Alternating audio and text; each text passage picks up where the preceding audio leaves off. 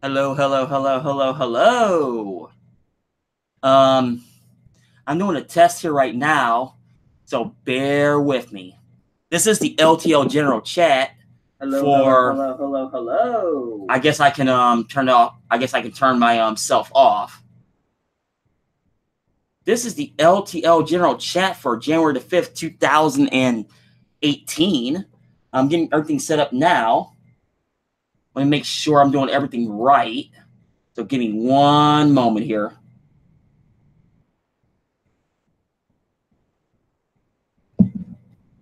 I still can't figure out how these guys do it.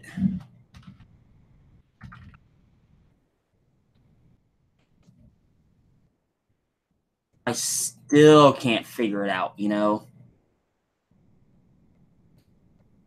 Do one more thing for those of you joining me now.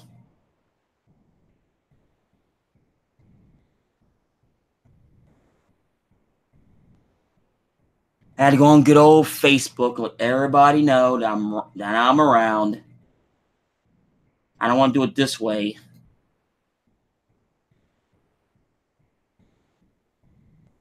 I hate doing it this way. Oh, something screwed up with it. That's what Ronald Therio was telling me.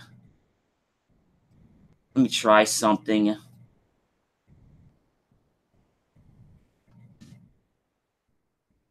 And I go to this every single week, and Lush fans, I totally apologize for that.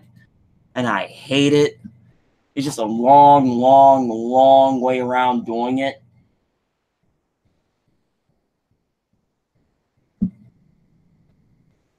But the link is correct. But I think a lot of it is, since Lance the Lush is a tertiary channel for me, I don't think that Google itself is letting me to do a direct link. I honestly believe that. Unless it's forcing people to join before the chat actually starts. That's what I'm thinking what it is. And I'm hoping that's not what it is. You know, I don't need to go through this nonsense again. Let me try something. Let me try something real quick. Cancel. Search.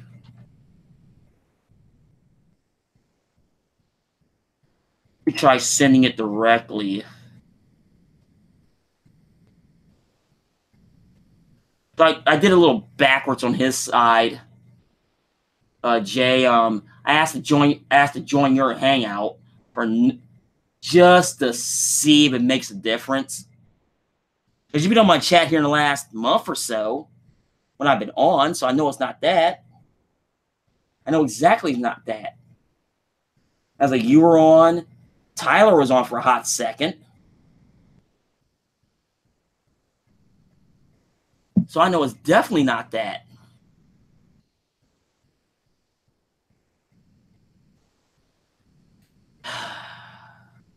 I hate this. I really, really, really hate this, especially if I already know, for the most part, unless somebody pops up, I'm the only game in town as a beer tuber tonight. I hate that. I want enough people as possible joining right now. Now, I will say this. Let me try something real quick. I'm going to.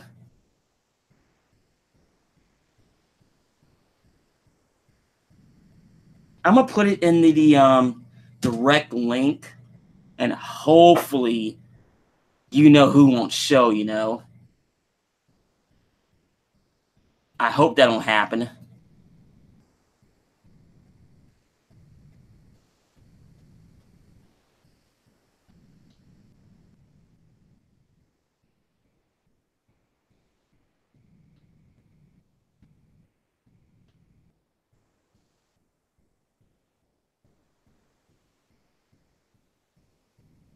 Hopefully that works now.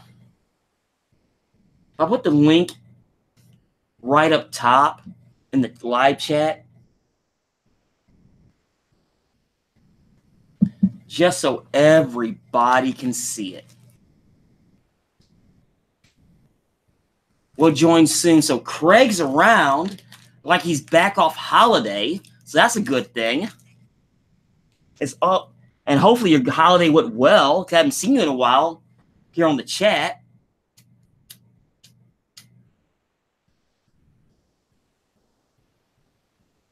And Lush fans, I want to address something real fast, and that's this right here. Not my dome, but my hat. Now, Grandma said that it's impolite to wear a hat indoors, which it is. However, it's been hovering around 0 all day here where I live in Akron, Ohio, which means where I live, my apartment is ice flipping cold because I'm on the end, not in the middle or up top. So I got a concrete wall directly in front of me, and it's been ice cold.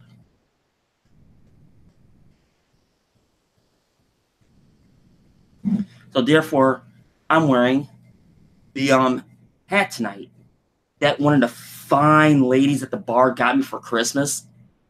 And she didn't have to get me anything. She really didn't. But this is the LTL General Chat for Friday, January the 5th, 2018. Now, you probably looked at the title and said, and asked yourself, is this the end? Well, Lush fans, I'm going to be straight honest with you. After tonight, I'm not really sure. I'm really not. Not because I'm bored with it. No, it's not. Because I love doing this on Friday nights. Even though I've been spotty here the last 2 months because of the holidays, I'm getting ready to change jobs, which requires me to work Fridays, and sometimes late. Oh, there he is. I had to go through Chrome, so my audio is probably going to be. Oh, okay. It was saying you're not allowed to join this hangout. Yeah, it's like, I think it's like, and it's weird too because I'm not doing anything from my side. I have no viruses or anything. So it's one of those ones where, maybe because this is a tertiary channel for me on YouTube, that's probably a lot of the problem. Because my main channel, I have no issues. I'm fighting somebody. Yeah, and then on Microsoft Edge, it was saying you have to install a plugin. Was that actually install Superlight again or something different? But it never works. The plugin never works. And that's why Firefox said they're not doing the Hangouts anymore because the plugins are screwing up their system. And they said that until Google Chrome fixes it, they're just not dealing with it. Oh, okay. So, in all honesty, Google still hasn't figured this deal out yet. No, and then somebody told me on my video comments, he said the problem is that they said Microsoft and Mozilla Firefox and Opera use 64 bits.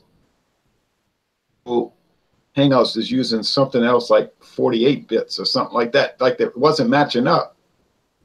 Oh, good grief. Like, what do you expect to do a big time Skype call? That's what they want, you know? Yeah, but they said that's what happened after when they reformatted it in back in April 2017. That started screwing up everything because I never had any problems until they reformatted it. They said they made it better. Yeah, okay, it's better. It just doesn't work. Yeah. But you can invite. There is a way to do direct invites if it won't let you. Like you were trying to bring up the names and they wouldn't come up, right? Right. I can show you a way around that. There's a back door. There is a back door. I figured it out. Yeah, there's a back door. Oh, okay. It's like it's one of those ones where like if I do it like on the beer talk chat, it's like it's right there. Everybody can see it. I mean, I don't like, given the circumstances with a lot of people here recently.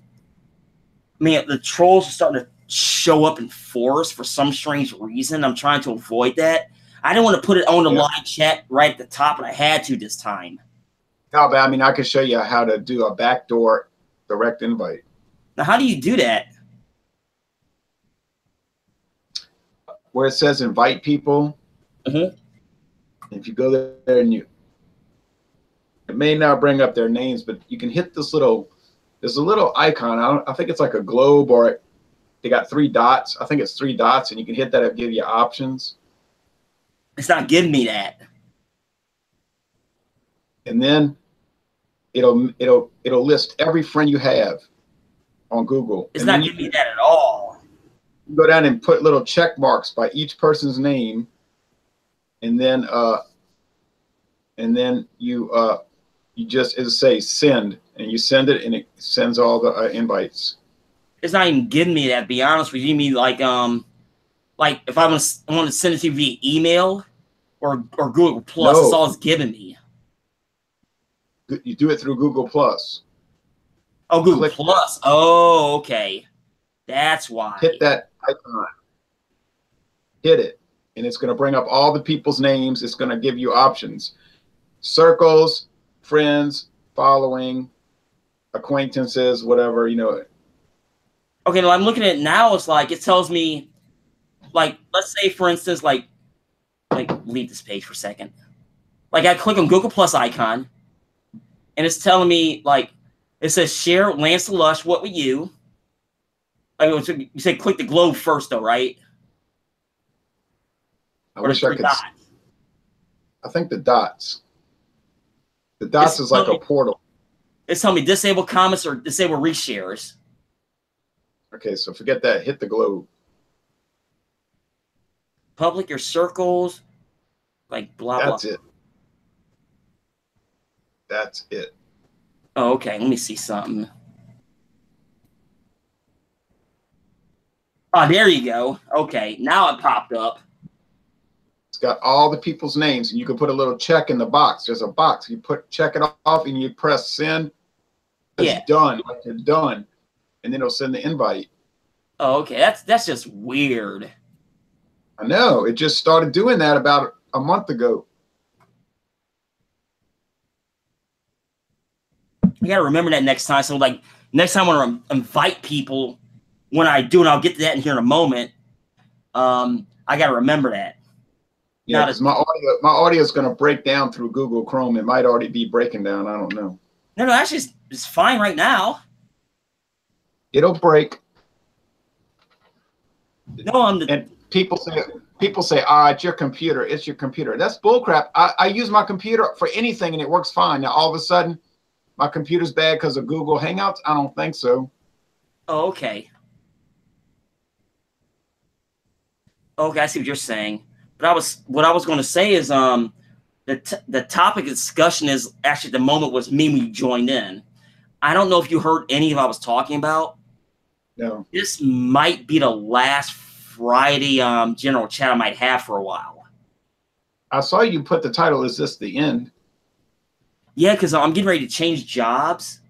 Now for all you Lush fans out there, or for you stumbling on this video, I'm normally off on Friday nights. Now, if I change jobs, because I'm going back to the sales field, I'll be working Fridays. So there's no guarantee I'll be able to do the general chat. And I don't want to schedule anything if I don't know. Right. Especially up to probably about a month ago, I pretty much had Friday nights cornered. Right. At one point, I was the only person on Friday nights doing anything. That's right. Tyler Mansell, I don't know if you know Tyler. Yeah. He was supposed to do a hangout tomorrow night on Imperial Stouts, I think, but he said he had an emergency call in to work, like he has to go to work tomorrow. Like he was forced to do overtime, so I don't think that's going to happen. Yeah, I saw that early. I don't know what was going on.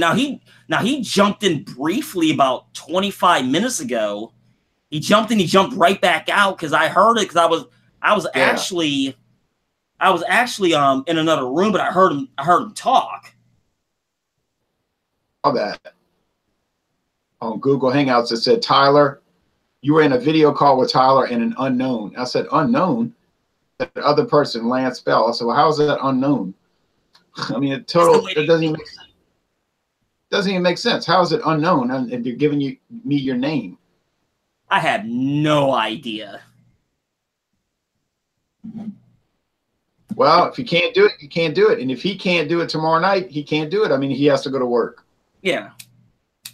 Which is totally understandable. Like with me next week. Really? This is one of those ones where like I'm on vacation starting on Tuesday. So it's yeah. So I'll be kind of quasi around. Not necessarily in the chat themselves, but just working. Yeah. Just what brand is that? About. That's Talon? Yeah, that's Talon. That's actually the which one is this one? This is the regular ones. Actually, I bought a pack of vanilla, but it's like I haven't cracked them yet. I bought some about a month ago, but they were a good deal more expensive than Talon. It was a brand called at first I thought it was Talon, then I realized it wasn't Talon. It was cherry flavored. Was it White Owl or was it no. It was wasn't Top Hat. You don't want to get Top Hat. That comes from India and they fall apart in your hand. Yeah, I've had Top Hat before, but they're like $1.25, you know. It disintegrates as you hold it. Yeah. No, this was called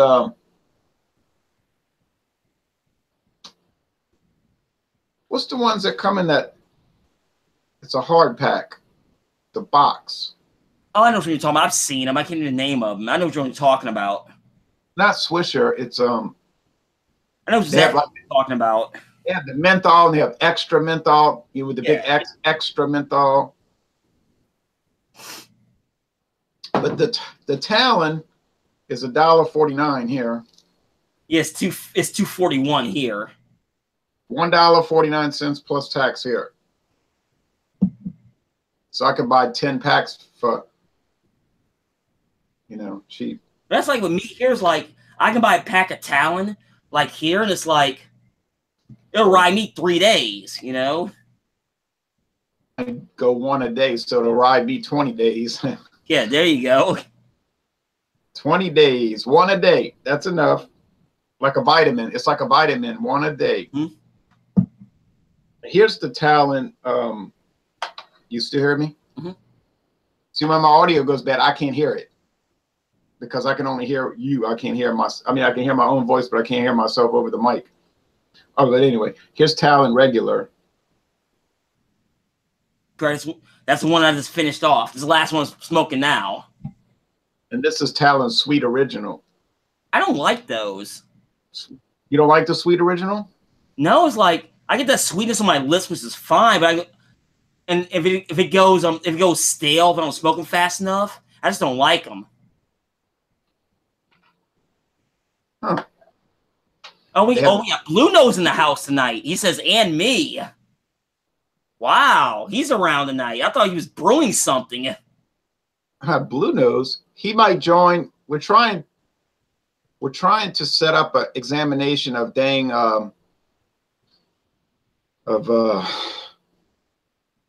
Tawny Port wine. Honey port wine? Tawny Port. Oh, Tawny Port. I'm sorry. Cockburn's. It's an English company, but their wine comes from Spain. I can show you a bottle if you want to see it. Let me see that. I never heard that. 20% alcohol. It's 20% alcohol. Hold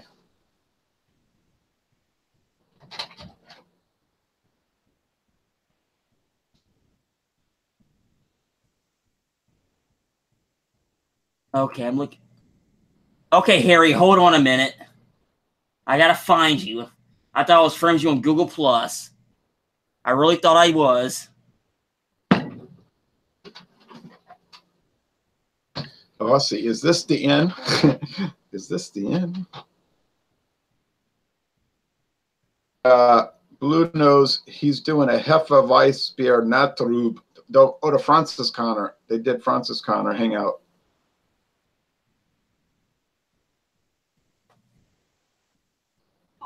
thought I was following him. What in the world? You got to type in Blue Nose, right? I did that. But I thought I was following him already. It's weird because a lot of times it won't come up when you type Blue Nose. All right, wait, hold on. I know what I'm doing wrong. Hold on. I know exactly what I'm doing wrong. I'm going to follow your steps. Hold on a second. Follow those steps. Let me see here. Click my name too, if you don't mind. I already did that. Oh, you did? I might join on Microsoft a while. Try spelling it right. That would help. So it should just give you a list of all the people.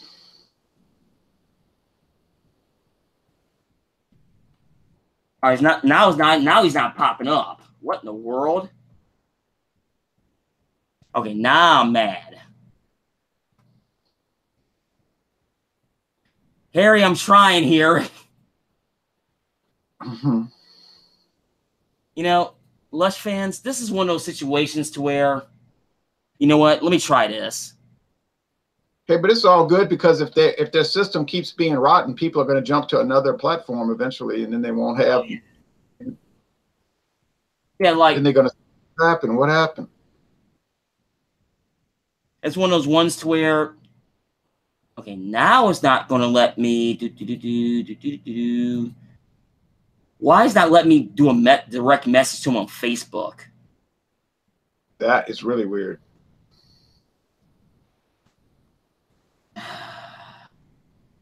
Lush fans, I'm sorry. I'm so sorry. It's one of those trials and tribulations I gotta do. It's like, hey Harry, check your timeline on Facebook. I just sent it. Let's see if that works. I don't know if it will or won't. Share with public. Public. Let me see here. Public. Your circles. Just sent it. Oh, there he is. Good evening. Good evening. Good evening, sir. What is going on? That was really dodgy way of getting in, but it said like, "Do you want to visit this site?" I was like, "Yeah," but I've just sent it to the other guys. Because Craig wanted to join it as well. Craig and Peter are going to be coming as well. Okay. Oh, Craig's on his way. Yeah, and possibly Paul as well. I'm not sure yet. Okay. Well, Paul usually when my chats he shows a little bit later than 7 o'clock. He usually shows around 9:30 or so. Oh yeah, Paul's been on ours, so he may well be on this a little bit later. But how long was that? How long? We started at 10, and well, just after about half past 10, and it went on until about 11, half past 11, possibly, maybe a little bit earlier.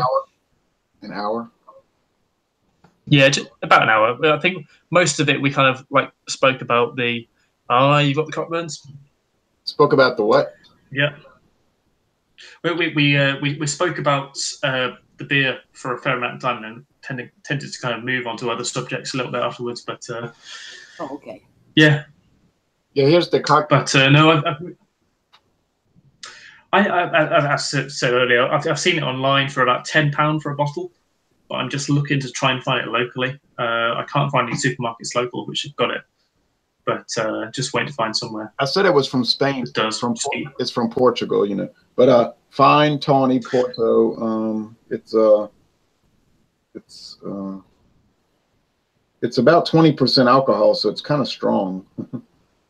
20. But that's a beer, right? 19% alcohol. No, it's a port wine. Oh, it's a wine. I apologize. That's all right. Yeah, no, I find most ports we get here are all Portugal made. So Yeah, I can't remember what one I used to have, but yeah, 20% is a little bit on the strong side. I think the one I've got downstairs is around 19-20%, and that's a 40-year aged, and that is gorgeous stuff. That is like drinking. Oh, it's just lovely. It's just lovely. It's perfect. Okay. I mean, I bet it's expensive. It's £30 in so it's about $40-50, something like that. £30, really? Isn't that good? Yeah, or is all import charge? I'll get you the bottle. I'll get you the bottle. Just 1 minute, because it comes in a box as well. So I'll run downstairs and grab it. Box. Oh, okay. Now, while Harry is getting that for us, I want to say welcome the main man from Buffalo, Average Joe, and Lee Russell is joining the chat. And I think who else is?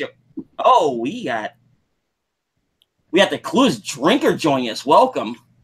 Hello, chaps. Hello, Peter. Y'all are doing Francis Connor?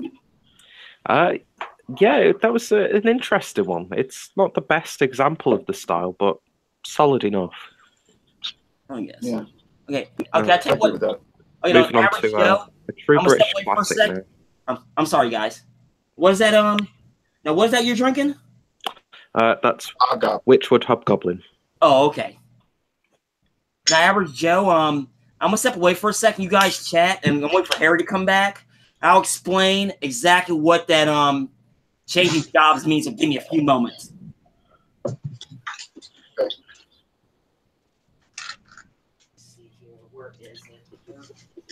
Yeah, so here's That's the great pour. bottle. Ooh, fancy packaging. I've already got 2 more of these boxes as well. Drawers, because that's a cool idea. Yeah, because I'm hipster like that. That's the only way I'm a hipster. Oh, but yeah, so hipsters keep the beer industry afloat. They definitely do. They definitely do. Yeah, so it's a 40-year-old, 20% this one as well. But I had a fair bit the last time I was online, as you can see. I've never seen it before. That was an interesting chat. Yeah, it was. Oh, that's a good bottle. But yes, so this is, you can get this in Aldi you get this in Aldi for £30 for a bottle. It started coming into the UK last year, possibly even earlier than that, but it started coming into Aldi last year, and I got it last year, same price, and loved it so much. And then I saw that my parents got it this year again, and I was like, can you get me a bottle for Christmas? And they went and did so. And that was my Christmas present, was a nice, lovely bottle of this. So I've now actually got 4 boxes of this stuff, because I said to so many people how much I wanted one. So yeah, it's going to be really, really nice. It's just a lovely, lovely pour. It just works perfectly, and it's a sort of port as well, which you could almost drink. It's like a really, really very high quality port that you could drink every day. It's just so nice. You can drink it every day. But the thing is, it's 20%. But it's just like you could drink it every day. This one wants you to have a glass a day, but it's a daily, though, basically what you're saying. I mean, I'm sure there's better options out there in terms of port. There probably is, but it's just it's like the tip top, for me, it's like the tip top best daily port that I'd have. Not that I drink port daily, but it would be the sort of like perfect port to drink daily. But, right. I'm just currently drinking Murphy's. Got Murphy's Stout. I've had that in a while. Yeah, well, I think I bought a 4-pack when Peter and I did a review of it, so I've got one can left over from it. I've mixed it with Jameson. And, I watched that. Yeah. Murphy's and Jameson is a lovely, if not lethal, concoction, but it's really, really nice. As long as you're stationary, you should be good. Yeah. True. Oh yes, let me catch one in the chat here. Is Now, Average Joe says, Lance, what does I may be changing jobs, maybe drop mean exactly new jobs? I'll get that in a second. Lee Russell says 3 out of 4, even better. And he also goes below that and says, Lance, between murder contracts, he's a hitman, don't you know? Hey, Lee, I'll say this right now. I am not bumping people off, at least not yet. And the Average Joe says Harry needs to grow a beard. That'll never happen. I'm like 24, and that just will not happen. So. And Joe, like, Joe, no, just Joe, Joe, you grow a beard. And Lee Russell like, Joe, wait a week, shave and send that to Harry and paste on. It's like, you know, when Average Joe had his beard, that took some time, you know? That might be a little bit of time you're saying there, Lee. And it better than Beer Mirror for sure, as Joe says. Now, I do have a question. And now Joe looks like American version of Dan from Booze Reviews CA. He does. Now for sorry. Now for everybody here in the chat and everybody here on the live chat, let everybody know what's going on with me. Now, I am changing jobs here in the next couple of weeks. Now, normally I'm off on Friday nights, but I know that's going away. So there's no guarantee I can do the LTL General Chat on Friday nights anymore. Now, keep in mind that when I first started this, I had Friday nights cornered there for a while because I was the only one. And yes, we be other, and I think, and I will say this, I think that on Friday nights we can all be our ugly selves and nobody cared because nobody was watching. But you know, there's some level of professionalism because I always did the news up front. We always got the news out of the way, even though this week there's really no news. Even though AB InBev was talking, quote unquote, in air quotes, about jettisoning some beers, but that's not really news. They already knew that's going to happen. But that's really what's going on. But I want to get it out in the open so everybody knows what's going on in case I just drop out of sight. Okie dokie. What is your new job? Honestly, I'm going back to commission sales. Ah, okay. Now, full disclosure, I am not off a no drive from the doctors. The doctors got me on no drive, and I pretty said, screw this. I got to make more money.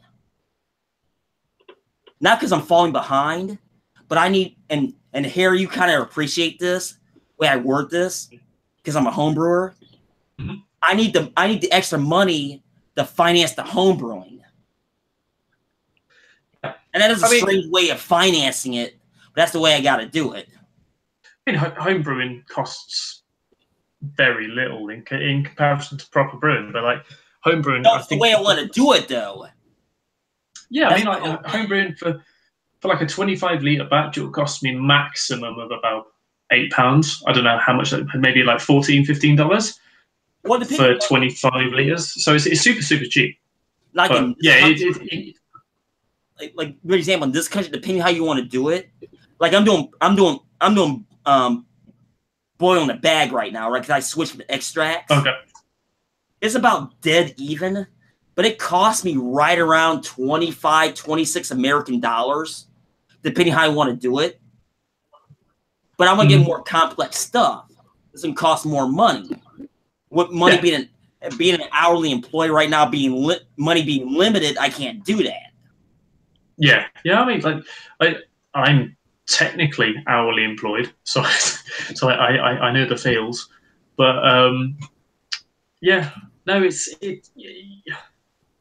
it's tight. You've always got to think it's definitely tight, but you can. It's easier to homebrew in my position because I've got the ability to go back to the brewery. I can use hops and stuff like that, the expensive stuff, which is the hops. But I think you've always got to look, as a homebrewer, you've got to look at what are the hops that aren't the hype hops. You've got to look at what maybe are slightly cheaper hops to do. Like Admiral, for example. I don't know how easy that is to get in the US, but Admiral, for example, in the UK, is a very high alpha hop. So it's going to provide you with a lot of like potentially is a lot of bitterness, but also a lot of like late English hop style sort of flavoring towards the end, like an earthiness. But it's definitely a bittering hop. So I think that is like £3.50 for 100 grams.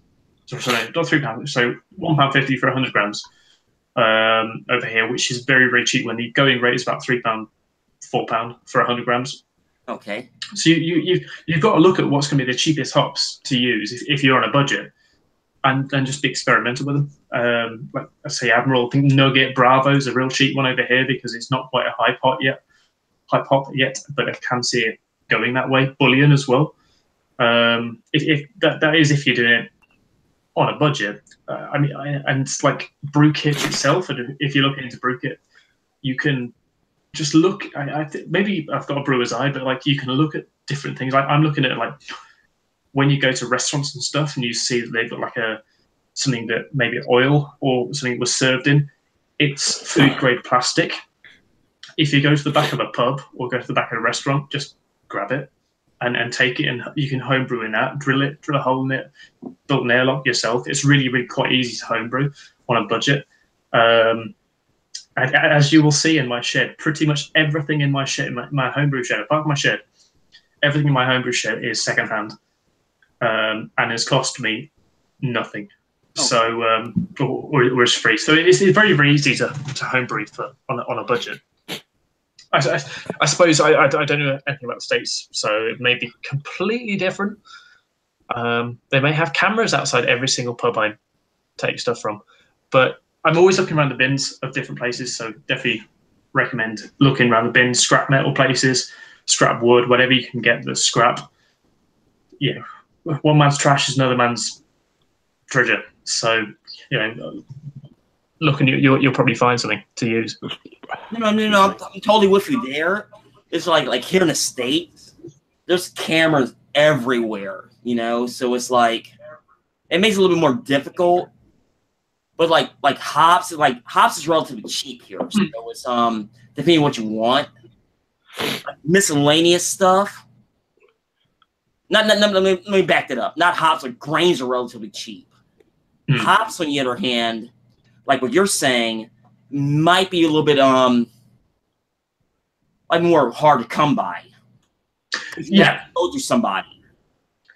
I think depends where you look at. eBay's a really good place for hops. I find even in the States, because I even look at hops in the States because of certain things I can't get over here. So like there was some melon hops or Well melon. Germany exported most of their hops out to most of the Well melon back in 2015. Exported most of it out to the States. It made it really, really hard to come by. So in 2016, made it really, really hard to come by this year. So I was looking for the freshest hops possible. I can get 2015 really, really easily, but like I want fresher. So I was looking at 2016, and it was like in the States was the only sort of plausible place I can get it from. And the thing was, it wasn't expensive, but the fucking import charges are really expensive to get it over here. So I wouldn't do it. Like $20 for the import charges, and then $30 or something like that for postage for 500 grams. So it was working out expensive that sort of way. But I can understand why hops would be expensive, but it's only like a relative expense because most of your hops are grown there. But if they're getting grown there, packaged there before they're sold over here, and over here they get sold at just like a higher rate. So you've just got to like maybe bite the bullet on it, or do your own hops. If you've got a yard, like do your own hops, if that's possible. Okay, you need to know a little bit what you're doing, but you definitely do it. I'm going to be doing my own little hop program starting this year or maybe next year, growing traditional English hops because that's all I can fucking grow. But maybe doing some hydro something. Anyway, hops we can grow it under UV light and whatnot. Okay, now over like what you're doing right now, like now are you still a brewmaster in training? What's going on with that?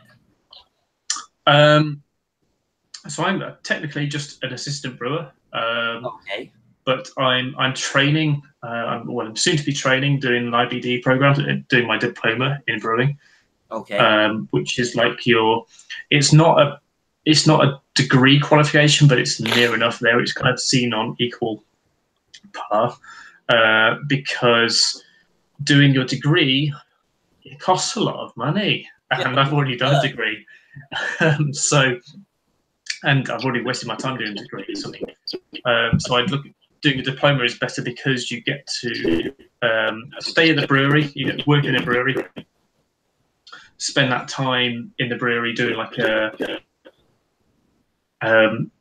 having people there, kind of applying that information you may have. So I'm getting a bit of feedback from somewhere, but you get that time to apply that sort of information where you've got from your course and apply it onto what you're into the brewery. So it's you get a little bit of better practical knowledge. You may have that knowledge before, but then you got to apply it. So yeah, I think that's what I'll be doing. Starting, I think about March, April time, but I'm not 100% sure yet. Oh, okay.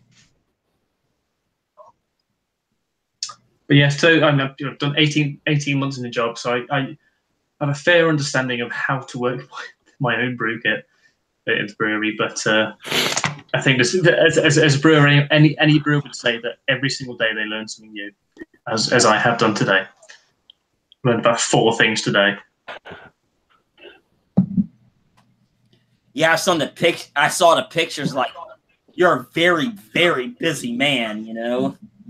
Just in what you do on a day-to-day basis. Thing is, I go into work each day not really knowing 100%. I know kind of what I'll be doing. Like Monday, I'll be going in, possibly racking, possibly driving to Huddersfield. I don't really know yet.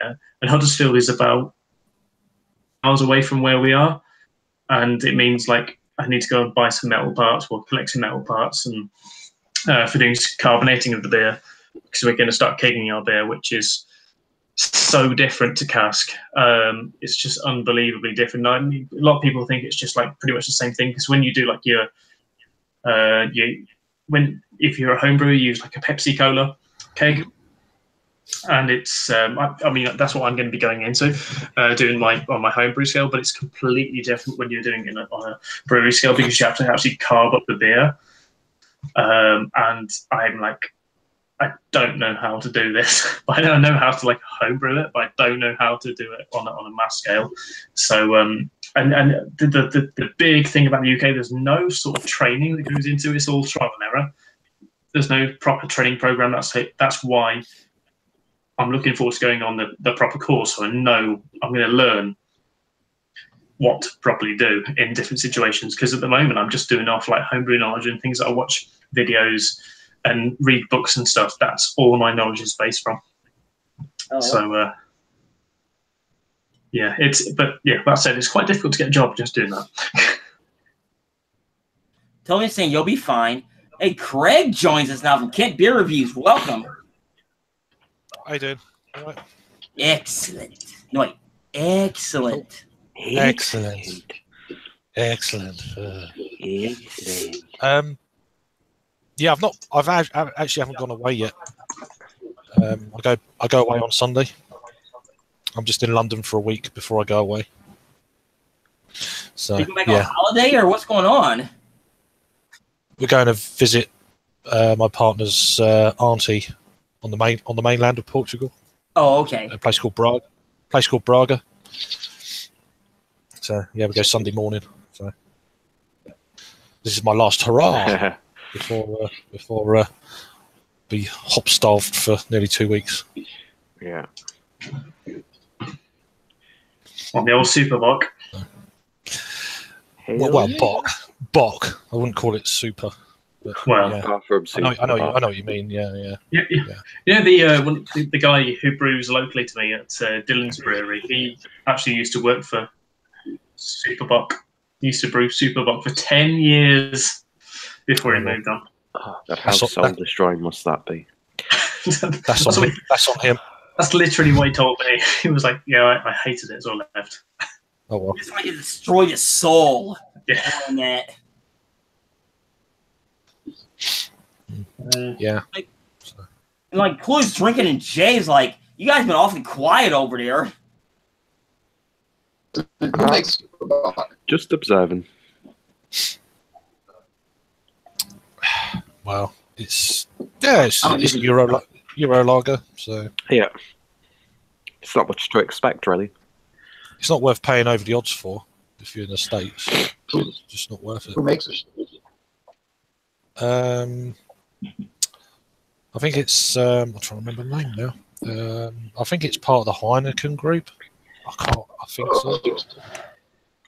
What's that you're drinking, Craig? No, the Superbock. No, Super- I'm not drinking that now. No, I'm drinking a beer from Captain Lawrence Brewing Company out of New York. So, Joe, if you're watching, which I think you are, have you had this beer? This is their. I've seen that one before. Can't remember already. I'll put it on tap, so go check it out, Joe. I think it's Superbock is Carlsberg. That's all right. Speaking to Pedro. Carlsberg. Okay. Yeah. Okay. Yeah, there you go. I knew it was one of the big brands.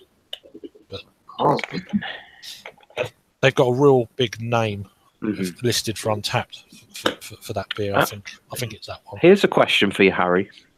Mm-hmm. You know, Man's Brown Ale. Yep. Right. Some sources say it's a Marston's product, but then some sources credit it to be Thomas Hardy. See, I thought it was Charlie Wells, but I shall do my research now. But Well, if it's Charlie Wells, then that would be Marston's, because I think Marston's own. yeah, The brewery used to be in. I'm trying to think what part of London Yeah. I was there not long ago. Yeah, I think they obviously acquired it, but like they do every brewery. Has anybody actually tried that Thomas Hardy Ale? No, I found where you can buy it. I found what brewery actually fucking brews it because it's not something called Thomas Hardy's. Apparently, you have to be Matt from Massive Beer Reviews to get hold of that beer. I think if you look on Beautiful Beers, they had it at one point. At one point before Christmas. Yeah, Beautiful Beers. I think had it. Where I can't remember where else had it. I'd look at buying it, but it's like it's going to be so overhyped in terms of pricing. I'll have a look. Man's brown ale shit. It's not that bad. I reviewed it recently. It's not It's actually horrendous. all right. It's all right. That was just It's something that's like 2.3% or something like that. Surprisingly full of flavour. It's the thing is that's one of the flavors I want to get out of our mild is like have it super sweet. How Man's is because the only way that Man's is super sweet is because they got a load of sugar in it, but it's unfermentable sugar, so it's just like sweetness. Yeah, bit like lactose then. Yes. But yeah. The thing is, yeah. So yeah, it's just super mega fruity loveliness. Super mega sweet loveliness. But yeah, so I think there's a couple of other sugars we were looking at, and just seeing how they'd affect the beer and what sort of dynamics they'd add to the beer. But we just decided, yeah, we won't add any sugar. We'll just like do it natural. Yeah, natural. Do a natural 3.4%. Fuggles. That's it. Thing is, US beers. US beers don't get Fuggles. They've got. I think there is a US Fuggles grown, but it's not quite the same. The soil quality is not going to be the same as Kent kind of soil anyway. Yeah, so. Now, I would say it's not Fuggles. Jay, you have a lot more beers on your belt than me. Please explain what you see as far as that. As far as what? As far as Fuggles. As far as the hops. The hop Fuggles.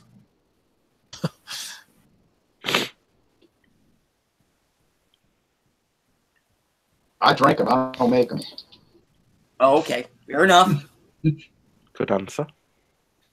Don't know. Neither do I, but there you go. I don't know. They're very earthy, like traditional. Yeah, shop a bar. little bit spicy. Yeah, Yeah. I think reading the hop sheet in the back of my head, it's like earthy, spicy blackberry, or sorry, blackcurrant, and what was it? What's the other? There's another flavoring to it. Oh, okay. Yeah. Bye, Jay. For a bit. Snag. Oh, yeah, I want to make an announcement. Grass and mint was the other. Oh, grass. Okay. Grass and mint was the other ones I was looking for. Okay. I want to make an announcement. I actually had my. It's been a long time. On the Beer Talk chat page, I actually had my first beer pour in a very long time today. I really did. First pour beer, yeah? Mm-hmm. Well, Ronald DeRose says, all right, Lance, I'm out. Now y'all with the 4-4 ratio quality. No, he's having audio problems. I already knew was going to happen, but that's okay. He says, thanks for the love. That's on him. And all the love to you, TJ. No, I'm this here. This is from Evil Twin King. This is an eggnog IPA. Oh. It was that one. I couldn't remember. That's the one I was on about. Yeah. Who thought that was when we was a off good air? And I would say this. Like, I got to the first one okay. I got about third way through the second one, and I started to get sick. Oh. Yeah. I am not surprised. I mean, Evil Twin, even though I've been different with them to begin with, because they had so much selection, I knew this was going to be a gimmick, and I said that, and I even said it in my review, which is going to post sometime this weekend, hopefully. But it's like, ugh, how can I do it, you know? It would have sat there and curdled. It was like, ugh.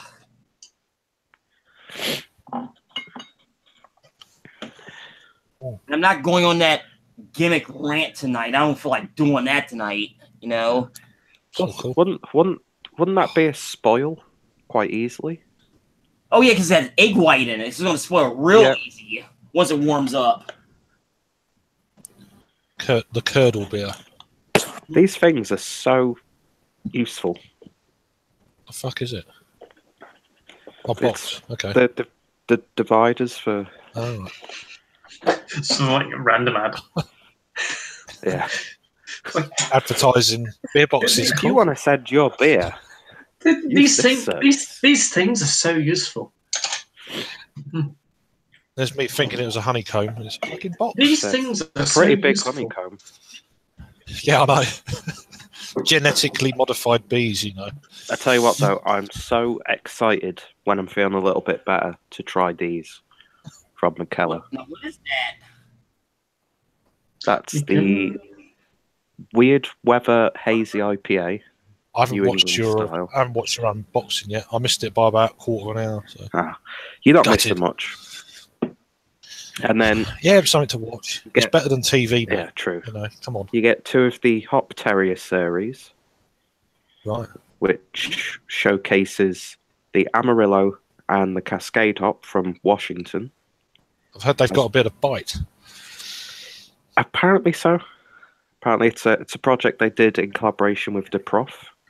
So excited to try those. Cool. And then got the Drinking in Berliner Passion. I've heard of that one. That's quite an expensive one. What's the ABV? 2.7. No, it's not. 2.7, it's not that one. that's it? Yeah. That's a really low ABV even for a Berliner. Then we've got McKellar's version of a steam lager, which I'm okay with. I think Anchor's steam lager is really dull. I might have had that, or it might be another one. Then they I sent. think it was something American Dream. It might be an American Dream. Very similar looking can to that. It's the American Dream Pilsner. Yeah. What else did I get? I got another Christmas beer from them, which is called lovely. To From Via. Oh well. Can you age that? What style of beer is that? I think that is. They said it's almost like an imperial porter, but I've cut up all the tasting notes for the artwork, so I can't read it. But the ABV is. I can't find it. It's so hard to read the fucking labels sometimes. Yeah. That is. It's either a 6 or a 9%. Either way, good. 6 or 9, that's a big jump. Well, turn it around the other way. It's 19. Yeah, try reading that on my crappy camera. No. This is about like 17%? No. Or 1.7? 2. And then a bottle of the Imperial Porter. I think that's like a classic Mikkeller beer or something like that. Certainly the artwork is Mikkeller, basically. That's 8%. And then what? Yeah. Yeah, session beer. And then a bottle of the Beer Geek.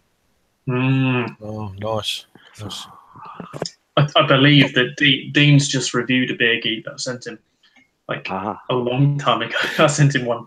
Beer Geek something vanilla. I've had one of the. I've had one of the Beer Geeks I've reviewed. I can't remember which one. Obviously, I think it's the vanilla one's the one. I think that's one I sent Dean. Yeah, I've never had that one. The Beer Geek brunch that I had. I've said it a few times now, but I'll say it again. It's literally like drinking adult chocolate milk. It's adult. I was like, no, not adult in that way. No, right. But ABV wise, not that fresh. Depends which way you're sitting, I guess, or whatever. Anyway, carry on. But yeah, that's and because I got someone used my referral link, I got all of those beers for like £21, and it's like in the bin. Lovely. I've got one more link I can use, so I'm thinking of next time doing the actual beer, like the bigger box they do, the actual beer club box. Having a blowout. Yeah. Cool. Nice. I'd like a blowout. Yeah. Well, there you go. That could be on you. Could be all over me. Or Paul. Mainly Paul. Yeah. But I still have that chocolate mead Tony sent me, which I've not tucked into yet. Yeah, that would be cool. That would be cool. It's going to be tasty. You know, it's going to be good. Just because it's a home brew, and he's been brewing for a while. And yeah, I don't think he would send you a bad kind of. No. The home brews I've had yeah. so far from him have been really good. The bitter and the London Porter that he did. Have you posted any reviews yet? I don't think I've watched them yet. I don't think so. I don't think they've gone live. Okay. I did the review of the Papagayi that he sent me, that Belgian ale. That was gorgeous. That was absolutely. I'm not a big fan of Belgian beers, but that was just. My hairdresser. I don't know if I've spoken about this in the past. My hairdresser said when he went out to when he went out to Bruges back in April of last year, he said like he was just given Papagayi when he was at a local bar, and he just said how great it was when he had it, and he just insisted upon me to get it. I was like, I've never fucking heard of it. Like, never heard of Papagayi. And then all of a sudden I've seen loads of people are saying Papagayi, it's really, really good. So and then I looked recently on Beers of Europe and they got it on there. I was like, yeah, I have to try it. Yeah. Because from what I could gather, it's just like pretty much one guy, isn't it? It's like a very small operation that he's got. Yeah, he's just... that's what. Craig, my hairdresser. Craig, you are a hairdresser.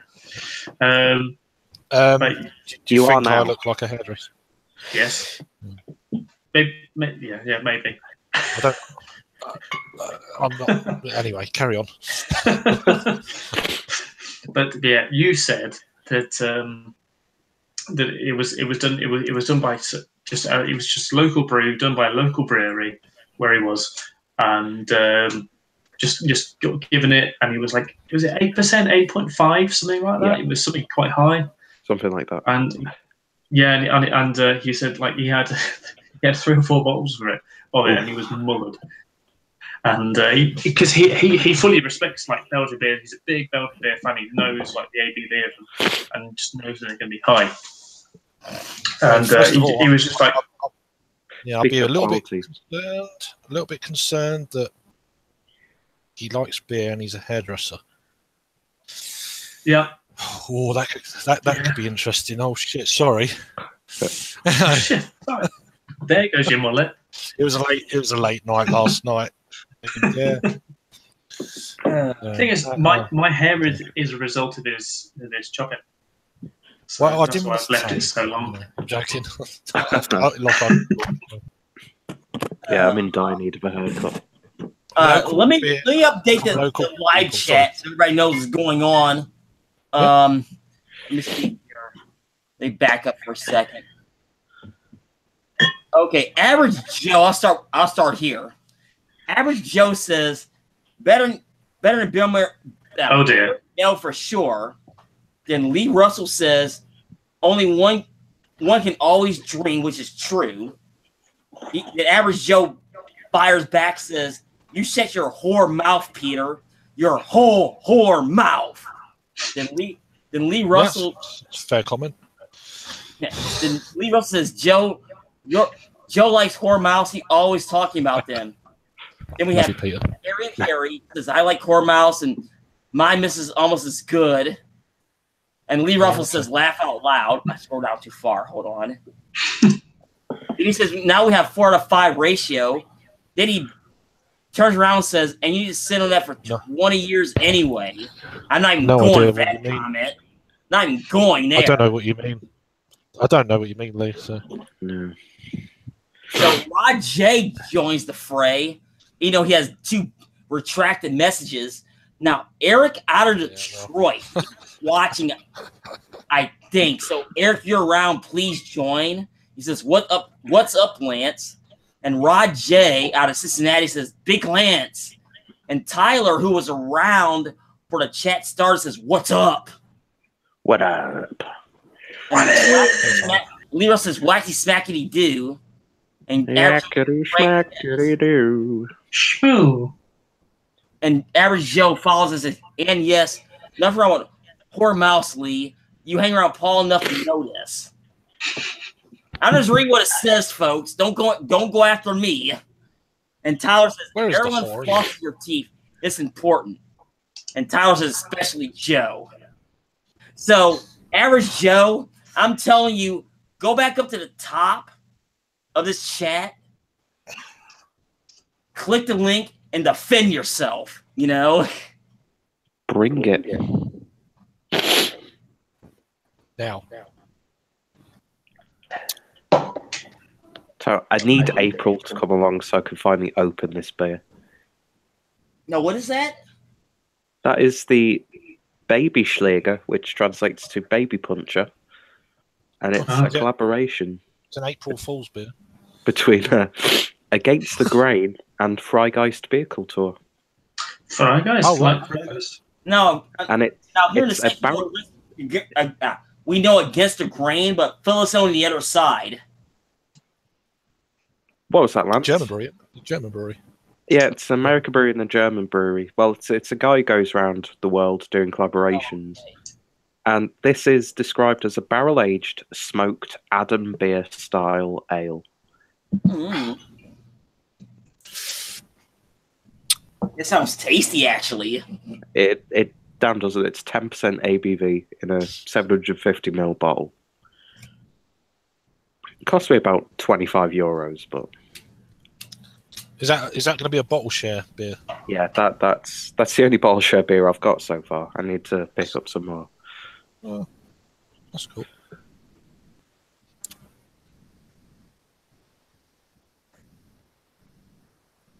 But yeah, I've had one Adam beer before from Beavertown as part of the Rainbow Project, Right. 2016. I've still got one of the Rainbow Project 2016 beers at home. I think it's the beer from Partisan. Is it the Royale? Oh yeah, that was just disappointing. Yeah. I've still got it. Yeah, Last time- even I had that. Yeah, last time I was at my local bottle shop, they still had quite a few bottles of it. Yeah, that's always a bad sign. But hopefully a bit of age has helped it, maybe. I don't know. Well, you got to think it's barley wine, so people aren't going to pick it up as much. That said, just leave it there. Leave it there. I've heard Plus, that it's the worst of that. Yeah, it was. Beers. I mean, it was a good beer, but it was the weakest of the bunch. Right. Wow. For me personally. But I don't know whether, like, after reading about 2016's Rainbow Project, I've heard that it was actually quite good, and then you look at 2017. So I've got one beer left from 2017, and there was nothing great in it. I paid like 35 quid for the box, and I was like, "There's nothing really that good in it." Have anything? I didn't get the 2017 box. I just couldn't be bothered. Yeah, I mean, I got it because I hadn't got a box before, so I just thought, let's get it and give it a go. And I was just like so underwhelmed. I paid so much money for it, and it was just all shit. Yeah, it was like that's a chance you take though with this stuff. You know, like you pay all this money, like it's so meh. You know, that's a chance you take. There's so many beers. But the thing is, there's so many beers out there you know you're going to like, and it's almost a little bit of kind of potluck, whether what you get in that box. Some will work and some won't, and very experimental. And then if the ones that do work, then they'll carry that on. They'll do another batch. I found the worrying thing was, like, I had the tortilla lager, which was the Mexican. See, that was one that interested me the most. Because I have blue tortillas in, and I'm like, "What's a blue tortilla?" Exactly. I was kind of expecting it to be blue for a start, and I was like, "I know what a purple waffle is. I don't know what a blue tortilla is." Well, blue waffle. I love blue waffle. My favourite. I know what a waffle is. I do it all the time. Oh, do you now? Not this kind of waffle. But no, it was just. I don't know about it was just like it was worrying how that was possibly one of the best beers out of the lot, and it was just like almost like a still lager, and it was like the best, almost like the best beer out of the lot. I've still got one downstairs. They had, I think it was like a foraged beer, which it's like the kind of beer which I don't really like a sour too much. I don't really like a wild beer too much, but just kind of left it, and then it's just sitting at the back of the fridge. I might review it. And then I might just like not review it. I might just wait until Dean comes up and then like give it to Dean or give it to Stuart or someone. Review this, enjoy it. Yeah, exactly. But no, it just the whole of the box this year was kind of turned me off from buying future boxes. Yeah, I'll wait and see the reviews next time before I jump ahead and buy it. I mean, if it's something that catches my eye, I like the sound of it. But then if it happens to say more than half the box, then I might go ahead. I mean, the one with Magic Rock done, is something. I can't. What did they do? Oh yeah. Was it their cola? They did that. It was no. It was that something. was one of their beers. Yeah. Okay. It was something like Mexican though, wasn't it? It was That's something like right. a chili. Was like a chili goes or something? I can't remember. I heard that it was a bit kind of like meh. And it was. But that was another. Yeah, sorry. Okay one. Yeah. Nothing was great, but that was like okay. When I hear it from one person, I'm like, I'll make my own mind up. But then, like I say, you're paying 35 quid or so, and it's like you can get some really good beers for that price, and you know it's going to be really good. Mm-hmm. It's more of a gamble. You get a lot of supermarket beer for that price. Well, a lot of supermarket beer. And some good supermarket beer. The way all we of go those now. 3 for £5 is in. Well, as I've started looking on the ales in terms of the 4 for £6, I've done a lot of ales. I Rod. The 4 for £6. Hi, Rod. And Rod J of RJ Beer Reviews joins us. Welcome. It's Rod J Beer Ventures. All right, Come on. Sorry. Get it. Get it R- right, son. RJ Get it Beer right, son. Come on. Get with the game, you know. Yay, yay. We be loving It's all it. good. Shout out to Average Joe. Yeah. I couldn't join your link yesterday, Rod. My internet where I was disasterful. Oh, okay. You were at your in-laws, right? I'm at her mum's family side. Yeah. Close enough. You knew what I meant. Yeah, but they're not here now, so and I've got better internet and no hassle, so we're all good. Are you still up there then? I'm in London still. Yeah, I mean, I fly out to Portugal Sunday morning, so Nice. yeah, Nice. it's going to be good. But yeah, just this week has been, it's been Yeah. lit. Yeah, I was going to tell Lance, I retracted my comment because you guys already kind of solved it with the Fuggles thing. That was kind of funny. It's kind of an awful moment there. No, don't give me that. Don't give me that, Rod. I saw the comments. Well, I was going to describe what it was, but then Harry already got to it. It was quite abusive. I saw, mate. Don't go there. I didn't see fast enough. So I saw his message retracting, you know?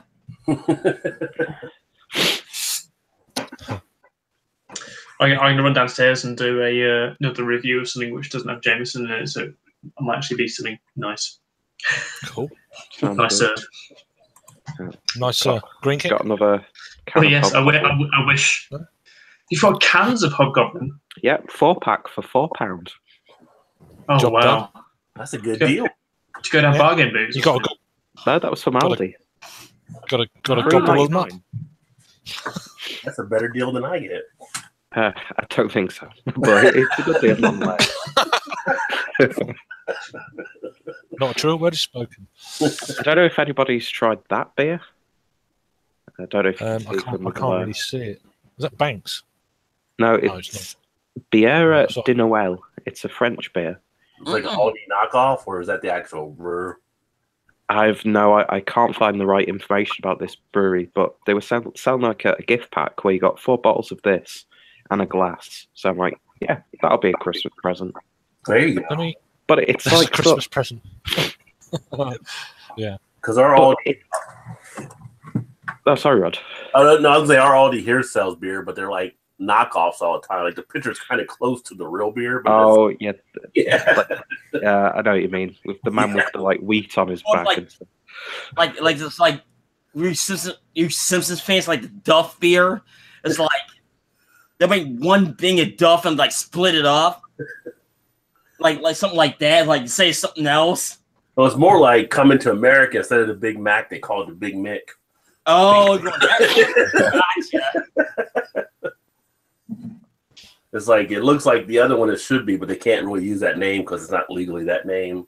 I mean, how the hell can they actually use McDonald's in the film Mac and Me, which is like a terrible low budget film, but they can't in a multi-million-dollar film Well, Mac like and coming Me, to America? like, Mac and Me involved Alien. That was their out.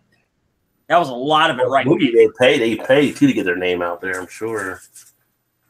Oh yeah, but that was a big check. Yeah.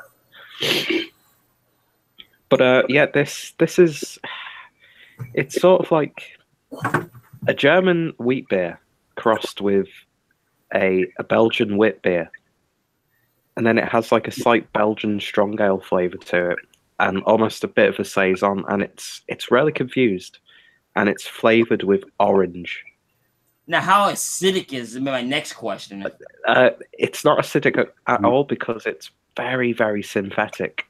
So it's okay.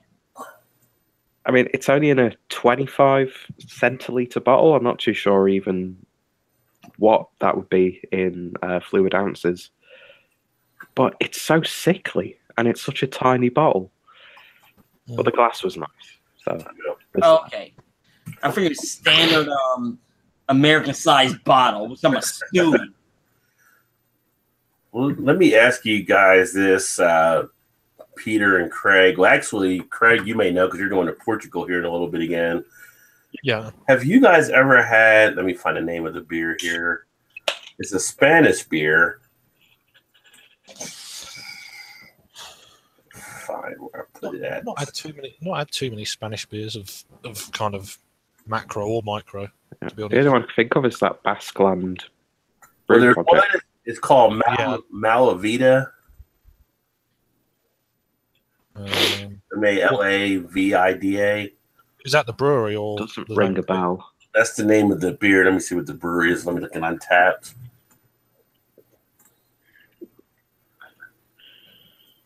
Yeah, Basqueland Beer Project is the only kind of. I was saying that there's another one, but I can't think of the name of it. I've not had two. They did that beer called Soup, didn't they? That was a Spanish brewery. That like New England style IPA called Soup. I thought it was New Zealand, but the brewery is named. It probably was. Campania Cerveza del Montseny. I've not taken Spanish in a long time, but they're out of Barcelona. Slipped off the tongue, that one. Yeah. Oh, did they have like weird shaped bottles? No, it was 11.2 ounces, so whatever milliliter that is. Because there's another Spanish craft brewer, and I think you've had one of their beers, Craig. Yeah, I'm trying to. And the label's like really long. It's like a wine bottle, miniature wine bottle. Let me see a picture of it here. It was with lavender honey. I can't remember. I had one about 3 years ago. Here's their logo, if you can see that. I don't recognize that. Cool logo, though. Yeah. But they're a microbrewery out of Barcelona. Never heard of that one. I just picked up a few of them. They had a couple that one was brandy barreled, one was bourbon barreled, and then they're standard. So cool. Very nice. It's a nice label. Yeah. And they're 33 centiliters, so they do centiliter bottles too. Yeah, 33. I don't think I've ever had a brandy aged beer. I might have had one, but yeah. No, you don't see too many of them either, though, I don't think. Well, on Untapped, it has their average rate. I might go back and get more of these. Everyone is 3.93. I've had two friends that have had it. How many cents do you buy a bottle?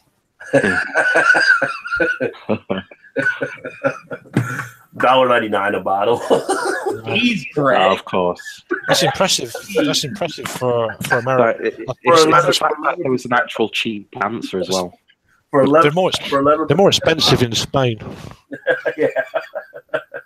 For 11%, and it's like a barrel and a branch. So there's 3 different kinds I got, so each of them were $1.99. So I got like 4 of them. So I had to get some over to Joe and Eric and Todd. We're going to test it out as well. I should send it to them. That'll be cool. Do like a group review or something. But yeah, I mean, I don't know how the shop you go to is still able to make a living. It just doesn't. I don't get one of the other ones I go to, but they have so many beers, they have to clear out shelf space after a point. And so, like, some of these are like a little older, but they're all barrel aged. So I'm like, most people walk by and don't realize it. Like, I'm not like you've done most of the work for them. Barrel stouts and stuff. Wow, cuts out the middleman. Yeah, pretty much. They're just putting something back on them at this point. So they must be one of them places that are just so busy all of the time. Yeah, they're pretty busy. Yeah, and then it just go to the reduced bin every time you walk in. Like that'll do. Yeah.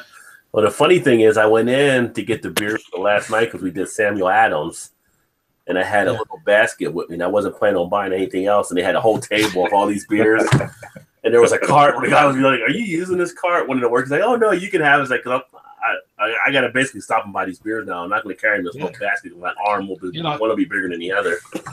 No, yeah, you have it, Jay. You know. Yeah.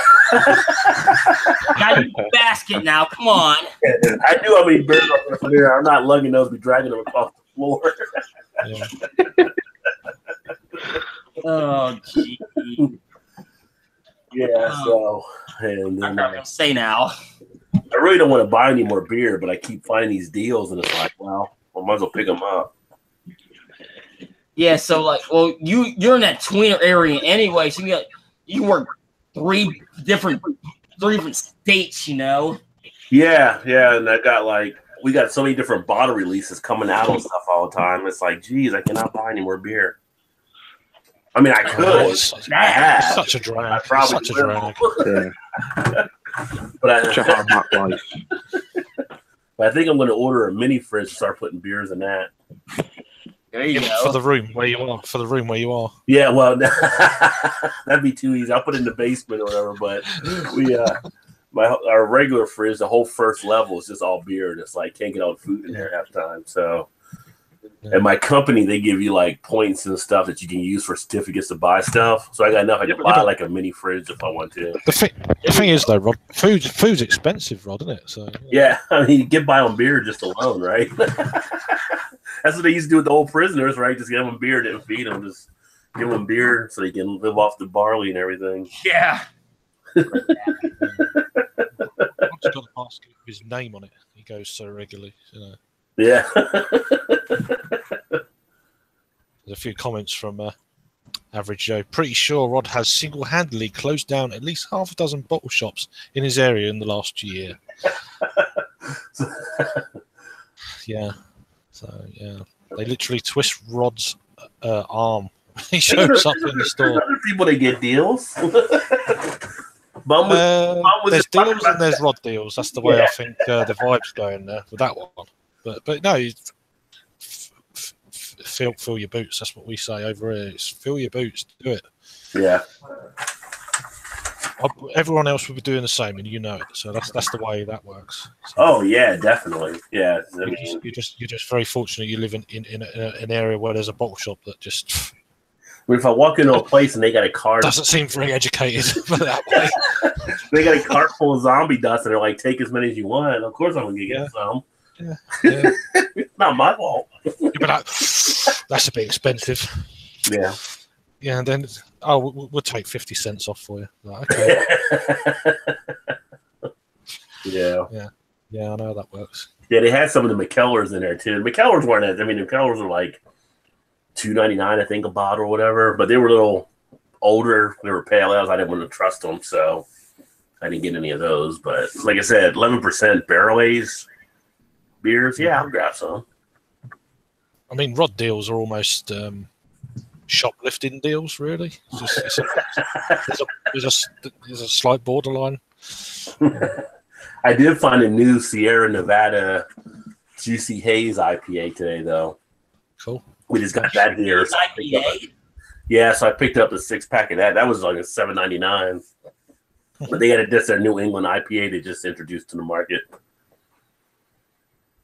So we'll see how that tastes.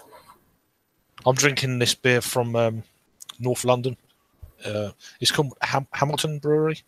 This is their hazelnut brown. Oh, that's a good beer in the winter. Yeah, I mean, I like those flavors. Yeah, I mean, it's a low ABV brown. It's not nothing. I mean, you get that really nutty taste. It's more smooth. Yeah, it's got a lot of kind of. It's only a 4% brown. It's nothing massive or. Yeah, it's all very subtle, but it's nice. It's got a nice kind of caramelly, nutty edge. It tastes like Rolo. Okay. Got that okay, candy. Okay. Yeah. It's got that kind of taste to it, but yeah, it's quite sweet, but not again overly sweet or anything like that. It's not too bad. Nice. It's easily drinkable. So. Okay, let me catch up on the live chat here. Like, hold on. I think it's scrolling fast. I can go. Must be Joe typing again. Instagram is south of me. That was what you said, RJ. Average Joe, he's flossing. Already said that. Okay, Tyler says eating competitors, and Average Joe says precisely. And Average Joe says Harry brings the blue waffles to the discussion. Paul's here for spirit. And Average Joe turns around and says, Rajay Coffeeville Game Beer Review Show, huh? Hey. And Lee Russell says 5 out of 5, awesome total, awesome ratio. Average Joe says, I would like to retract my comment about Peter's about being a whore. It's not. It's simply beautiful. Then Paul turns around and says, back-to-back, cheers all, and happy dinner with the kids try to jump on later. No wonder he's not around right now. He's around by now. Where's he at? He says he's having dinner with kids. Joe is? Just like No, Paul is. Oh, Paul. Oh, he's having with his kids, not somebody else's. His kids. Yeah. They're not his kids. With his sons. Matt and Lee Wilson's Mackey is backed by McDonald's. You know, I know that movie very well. And Albert Jones is pretty sure Rod has single-handedly closed down that at least half a dozen bottle shops in his area last year. Now, I would offend him on that, you know. He's working the tri-state area down there. Even on the other side state. I mean, he's just fine. If I'm about to make a run down, I'll be the first person to know, you know. Yeah, I'm about due to go to Indiana and see what they got over there at their liquor store. Yeah. And then the average Joe says they literally twist Rod's arm when they show him to buy more beer. So who was Joe's bourbon barrel that he was going to get? He says, yeah, other people's gets deals, but not the Rod deals. I'm not sure what that means anymore. Rod's deals with Burline illegal at this point. Now, Joe, let me ask you a question before I continue. You're up in Western New York. I mean, how hard is it for you to go in the area, or even to Toronto, across the river, and get beer? I want to know. I'm sorry. I hate to bust somebody's marbles right there, but I got to ask that question. Then Tyler pops back in and says, I picked some special brew in one of my 3 growlers day in Central Waters called Central Quarter, a Belgium-style 9% ABV. You know, Tyler, that actually sounds really good. I wish you was here like right at the very beginning before I went online. Please jump back in and do a review on that. Please do that. And Average Joe says, love me some Central Waters, Tyler. Their barrel age is game on point. Really dig the BB barley wine, BB barley wine and BB Scotch ale. And Tyler's in Belgium. Blue says, love me some special brew, Tyler. And Average Joe says, we can get a ton of beer, just not at Rod J level of deals. We are updated on the chat. Joe's got a lot of hate going on tonight. That's per usual. Yeah. He's on trash talking right? Yeah. tonight. What's going on around here? It's trash but love at the same time. And Harry is back. I'm back. Yep, got a can of a local brewery to me, Twisted Barrel Ale. That's the one you reviewed, right? Yeah, just need to review this. Yeah, Detroit Sour City. It's a lacto dry hopped sour with Equinox. Fantastic. I have had it on keg before.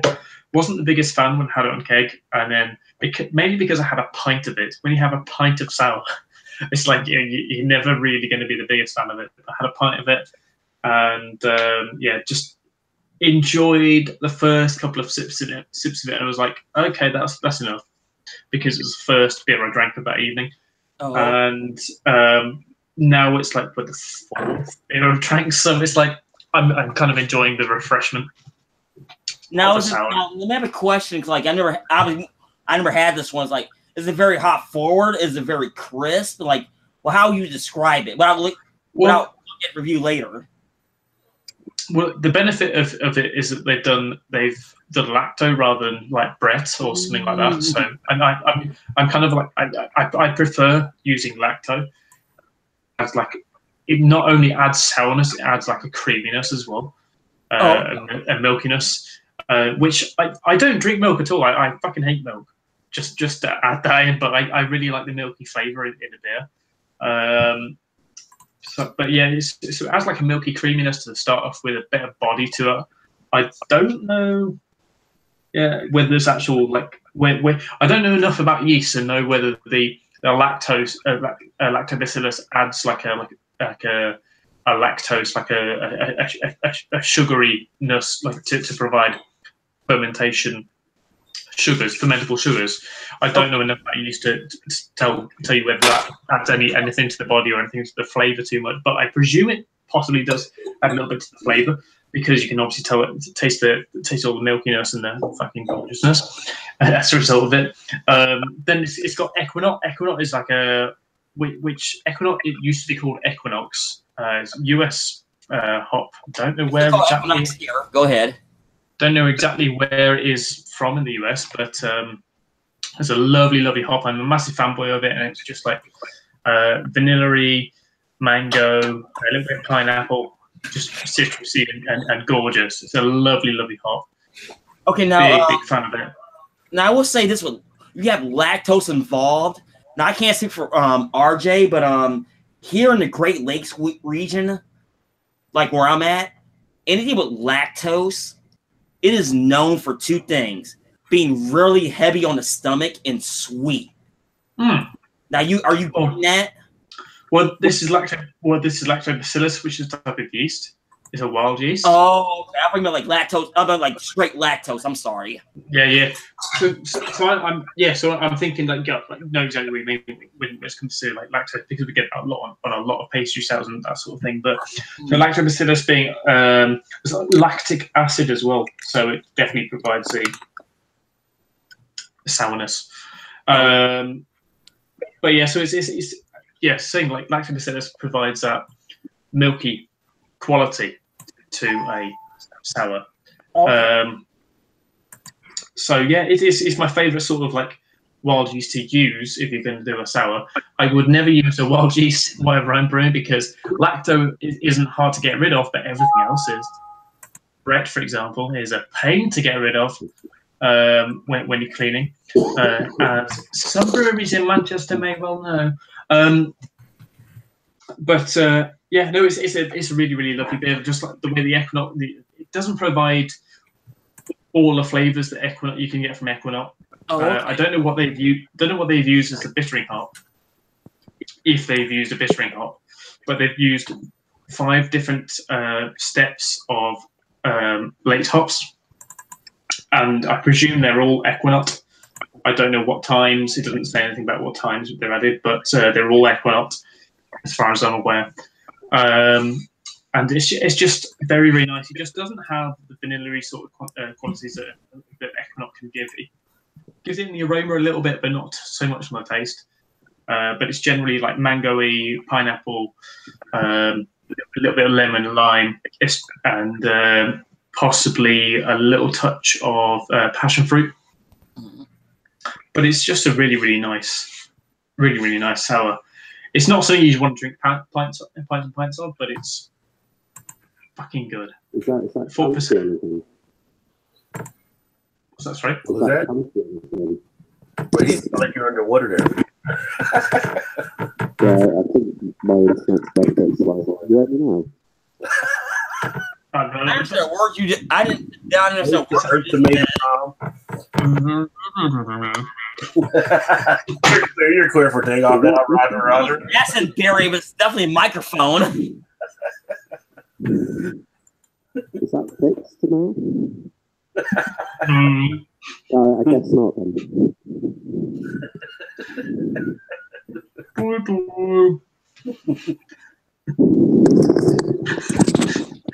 That's why it was a Blue Yeti, folks. Is that any better? There you go. Yeah, it's much better. Well, apparently headset's just miraculously not working. It sounded like 2007 underwater. Oh, nice. And the cupboard. Where you belong. That was the sound I was going for. With all that video editing skills, you just want to go for a bit of sound as well. That was 1995 dial-up chat. Come on now. Exactly. That's exactly what I was aiming for. Oh my God, those were the days. I was 2 when we didn't have internet. Internet didn't exist. All right, I need to go get a beer. I'll be back. Alrighty. Okay. Okie dokie. So what beer was that, Harry? Twisted Barrel Ale. You may have seen their Rob did a review of their Twisted Barrel Citra Wrapped something. Here it is now. So it says Detroit Sour City. And their Citra wrapped in Citra. It's like a navy blue can with lots of birds like printed all over it. Oh, yeah. But yeah, they're a local brewery and they just do can conditioned ales. And it's 2 miles away from me. I even said in my review that you can get an Uber there for £4 from my house. If you go late at night, it costs £9 to get back. That's price gouging. Oh yeah. Yeah. But no, it's really, really, really good brew. They got, in their tap room, they've got 21 taps in their tap room. Jeez.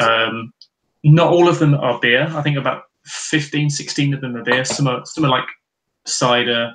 A couple of them are being lagers. They've got like a wine tap. They've got a white wine tap, red wine tap, and then like a champagne prosecco tap as well.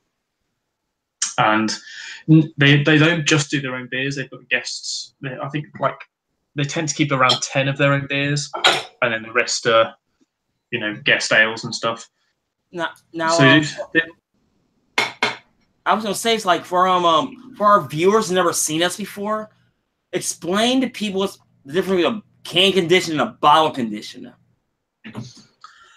there's no real difference, to be honest, because for a start, bottle condition is like it's like a real ale, Okay. but you've just conditioned it rather than conditioning it in a cask.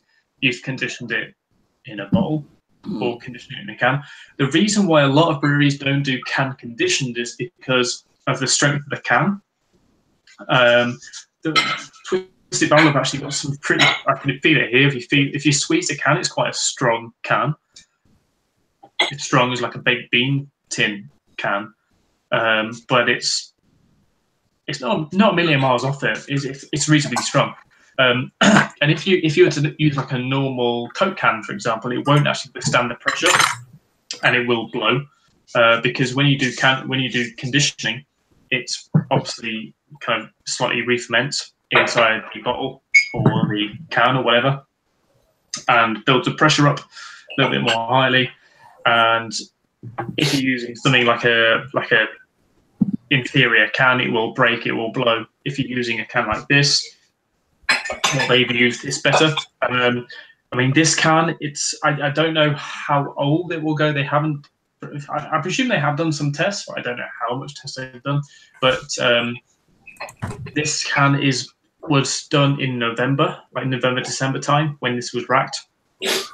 So it's only about 1 or 2 months old.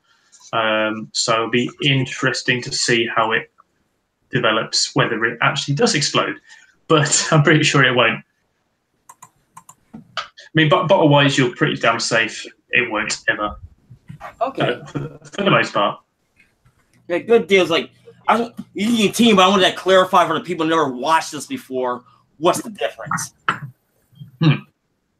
I suppose in the States you don't get quite as much, sort of real ale or cask ale and stuff. So, I mean, you still get some, but it's not quite to the extent of the amount we get here. Yeah, like that's the one thing with you guys in the UK and us Yanks, we don't see that very often. We really don't. Yeah, I mean, there's I'd say every single independent brewery in the UK would do cask ale, but that is the independent breweries. There's a lot of them, but you don't see them all that often. You go to bars mainly. You go to like larger chain bars. They'll just have most of the time. They will always have. Most of them now will have like a little bit of a craft beer section or some real ale section or something kind of going in the ale direction. It may not be super ale. It may be in that sort of direction. Maybe a stout or something. It may still be owned by a large brewery, but it may be going in the sort of craft direction a little bit in terms of tasting better. But yeah, like most places tend to have just bland stuff, like macro stuff here. And we got one place here that has cask, and I've been to one in Columbus that has cask as well. We've looked at trying to get some US cask over here, and it's expensive. Yeah, as I'm sure you're aware. Yeah, it's not in a lot of places, that's for sure. Now I will say this: I read an article this week. Now, over in the UK, now I gotta put an article up again, but like one of the breweries there is jumping in the New England IPAs. You know anything about that? Oh, loads of breweries done New England IPAs over here. It kind of took off massively back in, like, I'd say maybe March 2015. Oh, it's been a while then. Okay.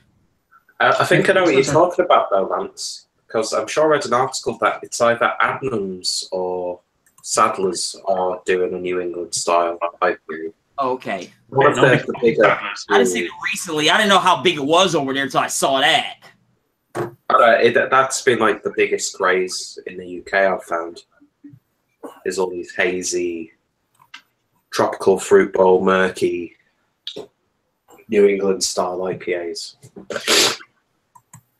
I was when I saw it, I was like to myself, like, is there really a market over there?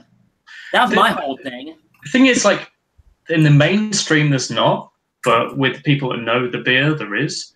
That's the problem. Well, like you go to a supermarket. I think like a clear case is with Cloudwater. They did a collaboration with Fuller's, and they did a New England IPA. And this box that Fuller's did was called a Fuller's and Friends box, and they released it into supermarkets. They only sold it via Waitrose supermarkets, which is like a upper class, middle, like a higher middle, upper class sort of supermarket chain. And when you actually, I bought 2 boxes of it. I tried their New England IPA. Unfortunately, I lost my review of it, but it wasn't a New England IPA. It wasn't cloudy like a New England IPA. It was a little bit hazy, but it wasn't cloudy. You could see through it. So okay, it wasn't what I call quote unquote cloud beers then. Okay. Oh God, no. I mean, I've had plenty of them. Plenty of those super cloudy like smoke bombs which you can't see through at all. But I was thinking, the reason why they've done it is because the people over here are so used to seeing clear beers, which they can see like pin bright. When the beers at which we brew are pin bright, they're not cloudy at all. And there's a lot of like work that goes into making your beer very, very clear. You're saying, but people in pubs and stuff will just reject a beer if it's cloudy, if it's got the slightest touch of cloudiness, they'll just reject it and they won't serve it, won't sell it in their pubs, and people won't drink it because I think a lot of people here think because of the 70s and possibly earlier than that, when people were served old beer or bad beer that had gone off, they'd think cloudy beer gives you the shits, and then it's just a common sort of thing that's thought about it afterwards. Cloudy beer gives you the shit, so people don't buy cloudy beer, whether it be new or be old. They just won't buy it. So as a result, it hasn't taken off in the mainstream, but it has in the sort of markets where people know, like craft beer. I suppose it's similar in the States. Like craft beer scene is mainly for the people who have some fucking clue about beer, have a slightest idea at least about beer. But everything beyond that, like, no, you'd never get a normal bloke off the street drinking New England IPA. It would just be us fucking fancy folk. Yeah, those weirdos. Fancy, yeah, degenerates, social degenerates. Wow. Baked the degens. Look off the street like that's a girly drink. That would make it sound like. I think the first sort of New England IPA I would have had would have been maybe Human Cannonball or Unhuman Cannonball back in early 2016. But I'm pretty sure it was going before that anyway. And I don't think they weren't intentionally New England IPAs. They were just hopped to fuck. So it's to the point that you couldn't find them at all. I mean, let me ask you guys in the UK this question, or even Europe. How is the craft market over there? Last time I checked, I think the craft market's been as strongest as it's ever been. I'm sure I saw a news article on it about how the sales of craft beer alone has just gone up. I don't know the figures or anything like that. But I'm not talking about the UK. I'm talking like in Europe in general.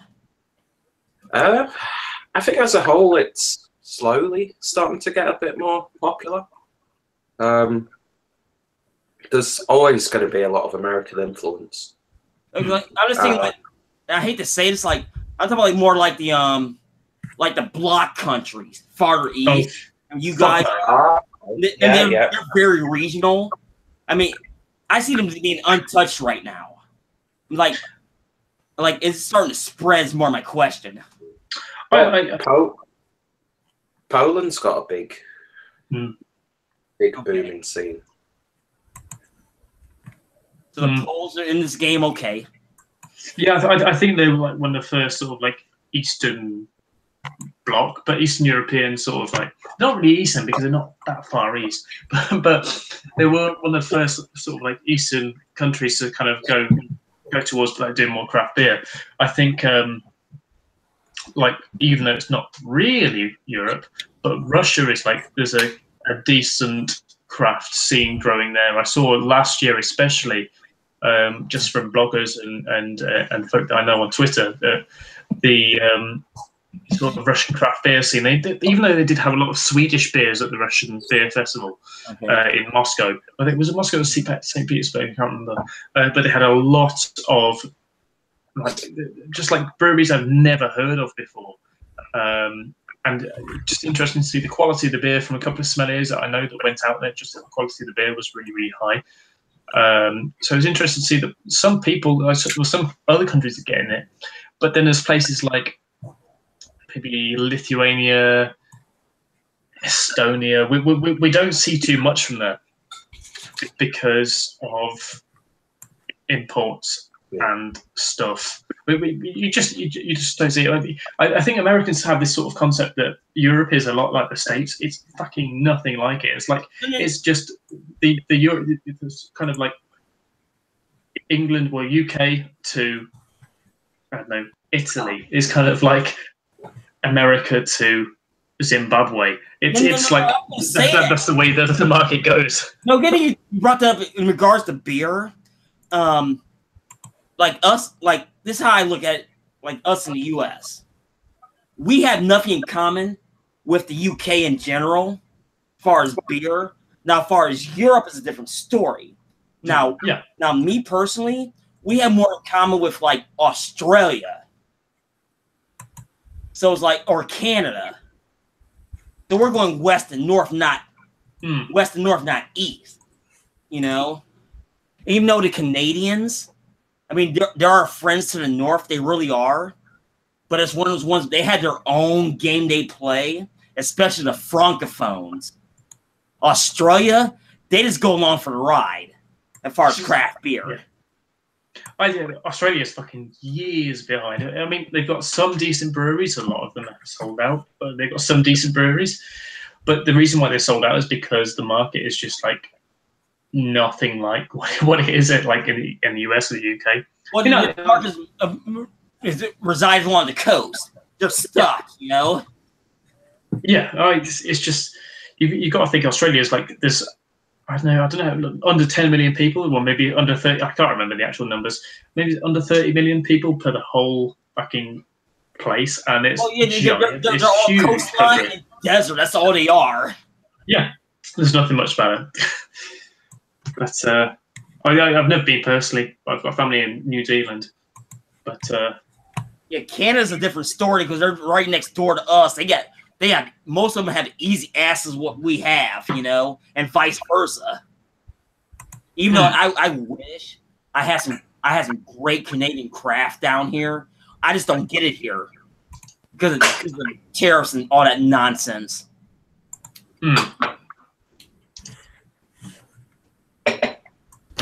Yeah, there's some stuff up there I really want to try and I can't.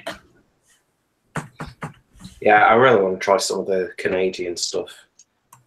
The Bose Brewing Company, they seem to do some interesting beers. If you've heard of those. I've heard of them, but I don't know much about them. It's like because like I can't get my hands on it, you know, without paying the price. Now, my understanding, because I have a lot of Canadian relatives, there's a lot of stuff coming out of Ottawa, and like in the prairie provinces, prairie provinces, can't even say it. There's a lot of good brew coming out of there. I just can't get my hands on it, you know. Yeah. Steamworks do some good beers. I don't know if you're familiar with those guys. And I'm just ranting right now. I'm sorry. No. I'm just thinking of Canadian breweries that I've tried. Yeah, Steamworks. I don't know if they're available in the US. No, I know you can get that down in the States. Now, Rod, I don't know if you had it, but like here, I mean, I've heard it's been here. I know it's been here in the States, but I've never seen it. Joe's probably had it. They do a legitimately good pumpkin ale, where it actually tastes of pumpkin, not just like fake pumpkin spice flavor. Oh, not the pumpkin powder. I see what you're saying. Okay. Yeah, but it actually has that like earthy, like slightly sweet pumpkin flavor, but the base beer just helps lift that, and then of course you got like the spices on top of it. That's a pretty good one, and they do a good session IPA. Oh, okay.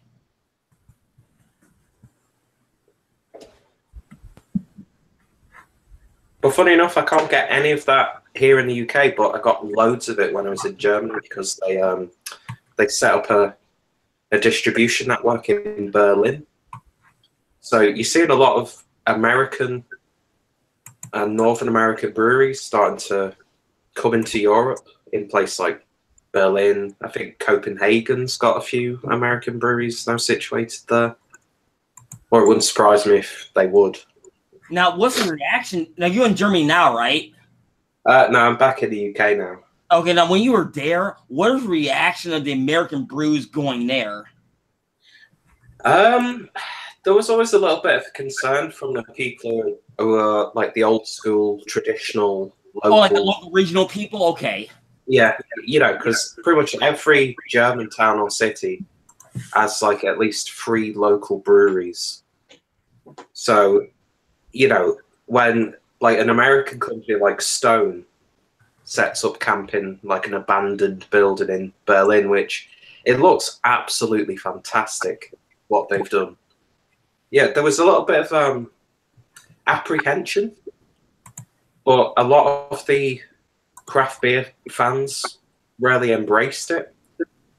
And now, of course, Germany's got a really interesting craft beer culture of its own. Okay. Yeah, like me as a homebrewer, I told Rod this last week. It's like I want to brew a German beer, but brew by the German rules. I was kind of curious. Oh yeah. I mean, if I'm doing by the German rules. Right. Oh yeah, you can get some absolutely gorgeous traditional German beers, and then when you see like the UK tried doing a craft Helles beer, or like the States, because I know there's a lot of German influence in American brewing culture. So you get, I mean, I think, isn't it Cincinnati's got like the second biggest Oktoberfest beer or around that area? That's a Rod question. Second biggest outside of Munich, yeah. Yeah. So, you know, there's obviously a big appeal to the traditional German breweries, I'd imagine, back in the States. But I just don't. 9 times out of 10, when I see a craft beer company do like their own craft lager or a craft Helles beer, and you just drink it, and it's just like it's got the hoppiness of a pale ale or an IPA, but like that light body of a Pilsner or a Helles lager, and it just doesn't work. It always tastes like a very weak pale ale, I find. Is it an American thing, do you think, or is it more like no, I've had British craft lagers as well that are just exactly the same, and the body just does not carry that hop profile, so it's not satisfying to drink. It's tasty, but you just have the impression that this tastes like a really weak pale ale. Oh, I see you're saying, okay. There's no really not necessarily body to it, but a story to it when you drink it. Yeah. That's what you're saying. Yeah. Okay. Well, there's only a few craft breweries that I've tried who just do a regular Hellas style lager or like a regular Pilsner. And I don't think there's anything wrong with a craft brewery just doing traditional beers every now and then. But it's when they put so much they put too many hops in it, and it just does not work for me. That's the American way. We overhop our beers. We really do. And that's a really big pet peeve with me. I mean, don't get me wrong, Boston Lager, I think that's a very satisfying lager. It's not too hoppy. It still has that like tradition to it. But you get some breweries and they charge like extortionate prices for it. And it's like, it's a lager at the end of the day. I know there's a little bit more work because of the lagering process. Yeah. But just brew a regular lager. You don't have to put all those hops in it. Save that for like a pale ale or an IPA or a hoppy wheat beer or some experimental brew. Now, Harry, you've been really quiet as far as this, like, as far as lagers, like Clues is saying. My question to you is this: like, at the end of the day, at the backside, are they dry hopping? On what? Sorry. No, I was actually at an additional question with, not an additional question, but a question what Clues Drinker was saying. Like the overhop beers, like in like, since you're in that business basically. My question is, as far as the overhopping, are they dry hopping at the backside as far as lagering?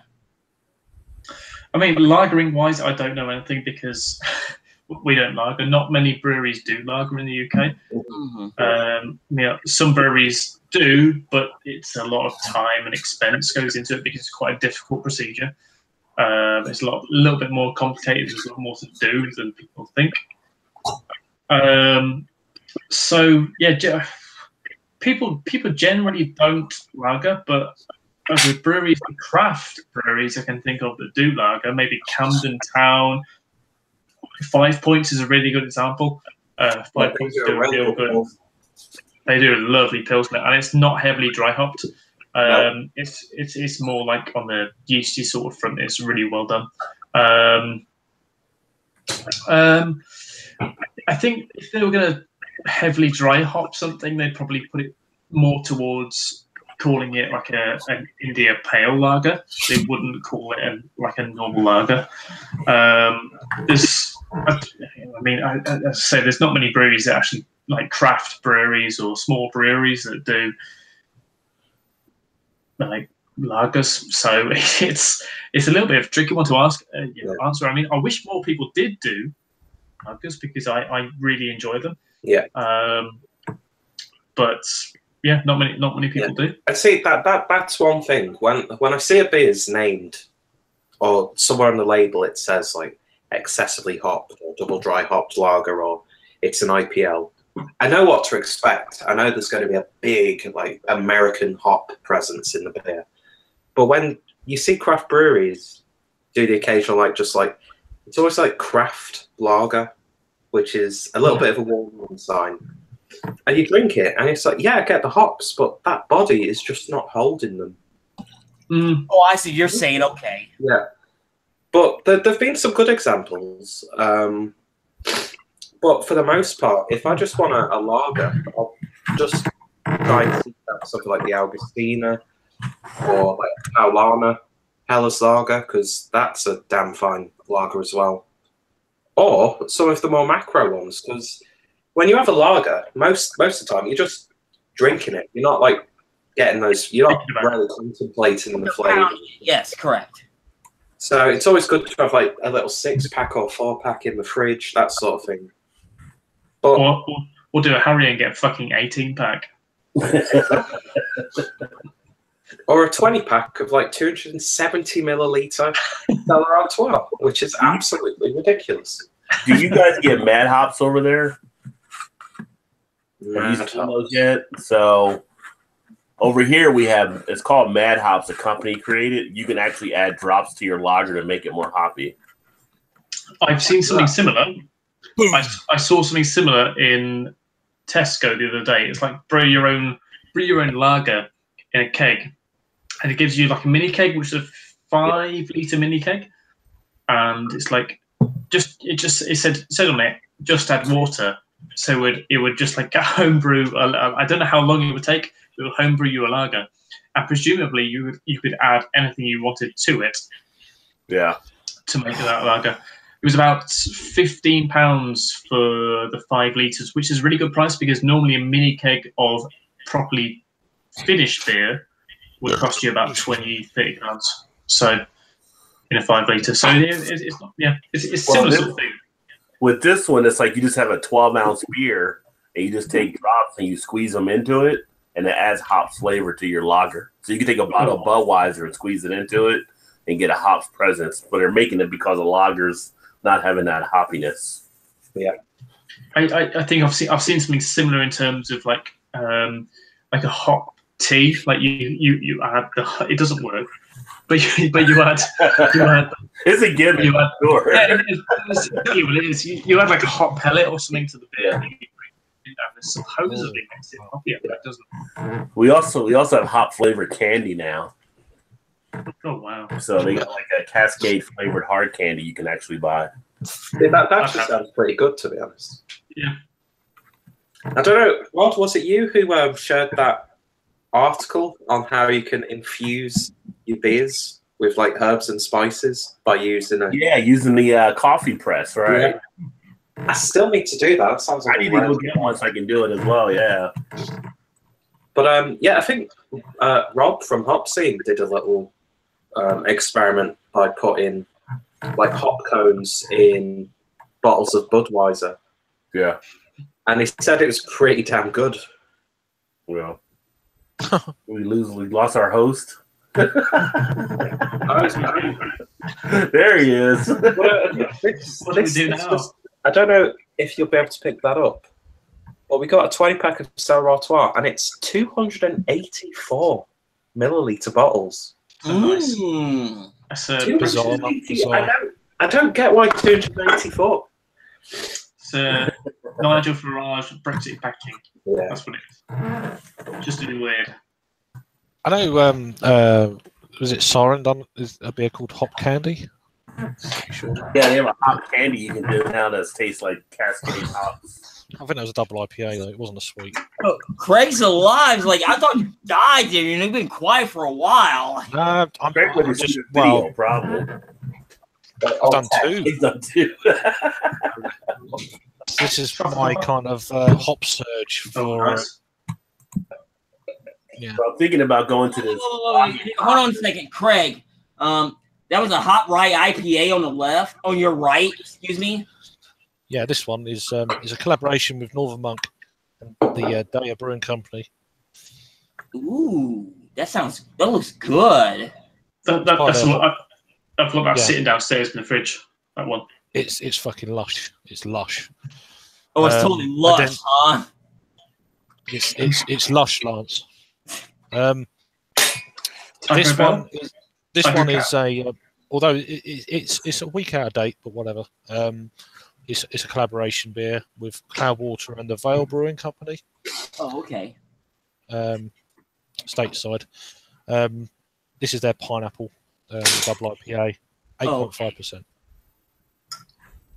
Oh, we got dinner going on over there. What's going on over there for dinner? Popcorn chicken. Ooh, nice. The single best invention. It's like 1:34 in the morning over there. Yeah. I've got some of this shit going on already, Peter. Look at this. Are they chicken? Now we got cocktail sauce or ranch going on over there. What's going on around that over there?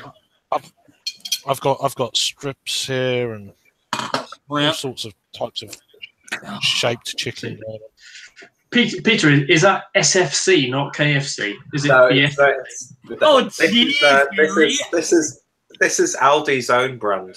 So it's a little bit classier and less plastic. It's theirs. You're busting this marbles. What's going on over there? Jeez. No, there's literally like a company called SFC that does like fried chicken, frozen like crumbed chicken in the style of KFC. All the packaging's pretty much the same, and it's horrible. It really is. They've got a restaurant in Blackpool. They actually do have a restaurant in Blackpool on the front, and I know it's official. But I love how they've got their own like packaging, and it's exactly the same as KFC, but it's not KFC. SFC, and it's halal, which is good. I discovered something that blew my mind recently. Sriracha, what was that? It's sriracha seasoning. Sriracha seasoning, okay. So when you can't get that sauce fix, sprinkle some powder on it. Yeah, Peter. Do you mean that? Oh yes. Oh, SFC. Okay. SFC. Hang on. Oh, you crazy kids! I'm literally going in the bin to find this. This is the one I've got. The Let's Eat American Chicken Popsters. And the thing that I love about this, that's what it's the thing I love about this is this is 100% chicken. There's nothing else. Chicken or chicken flavored chicken? That's my next question. Yeah. 50% water, 100% chicken. Yeah. Oh, okay. Origin of chicken is Poland. Origin of chicken. Produced and packed in Poland for Iceland. Oh, there you go. Packed in Poland for Iceland, huh? It's a supermarket, like a value supermarket chain that like hairdressers and people who watch reality TV. That sort of and mums. Yeah, mums. And poor people. Stay at home mums. Well, not necessarily, but. Oh, you crazy kids! Crazy kids. Sound like what's the advert over here in the UK? I see you crazy kids around. I can't think what it's called. Well, I totally lost my train of thought on that. Halifax advert with Top Cat in it. Yeah, that's the one. Yeah. No. It's I can't think what it's called. It's some insurance company with that well-known actor. I can't remember. Whatever. It's an advert. Peter Schofield. Yeah. Random names. I don't know what it is, but it's not the one. It's the one with Harvey Keitel. Yeah, I think that's it. Yeah. Harvey Weinstein. Oh, good actor.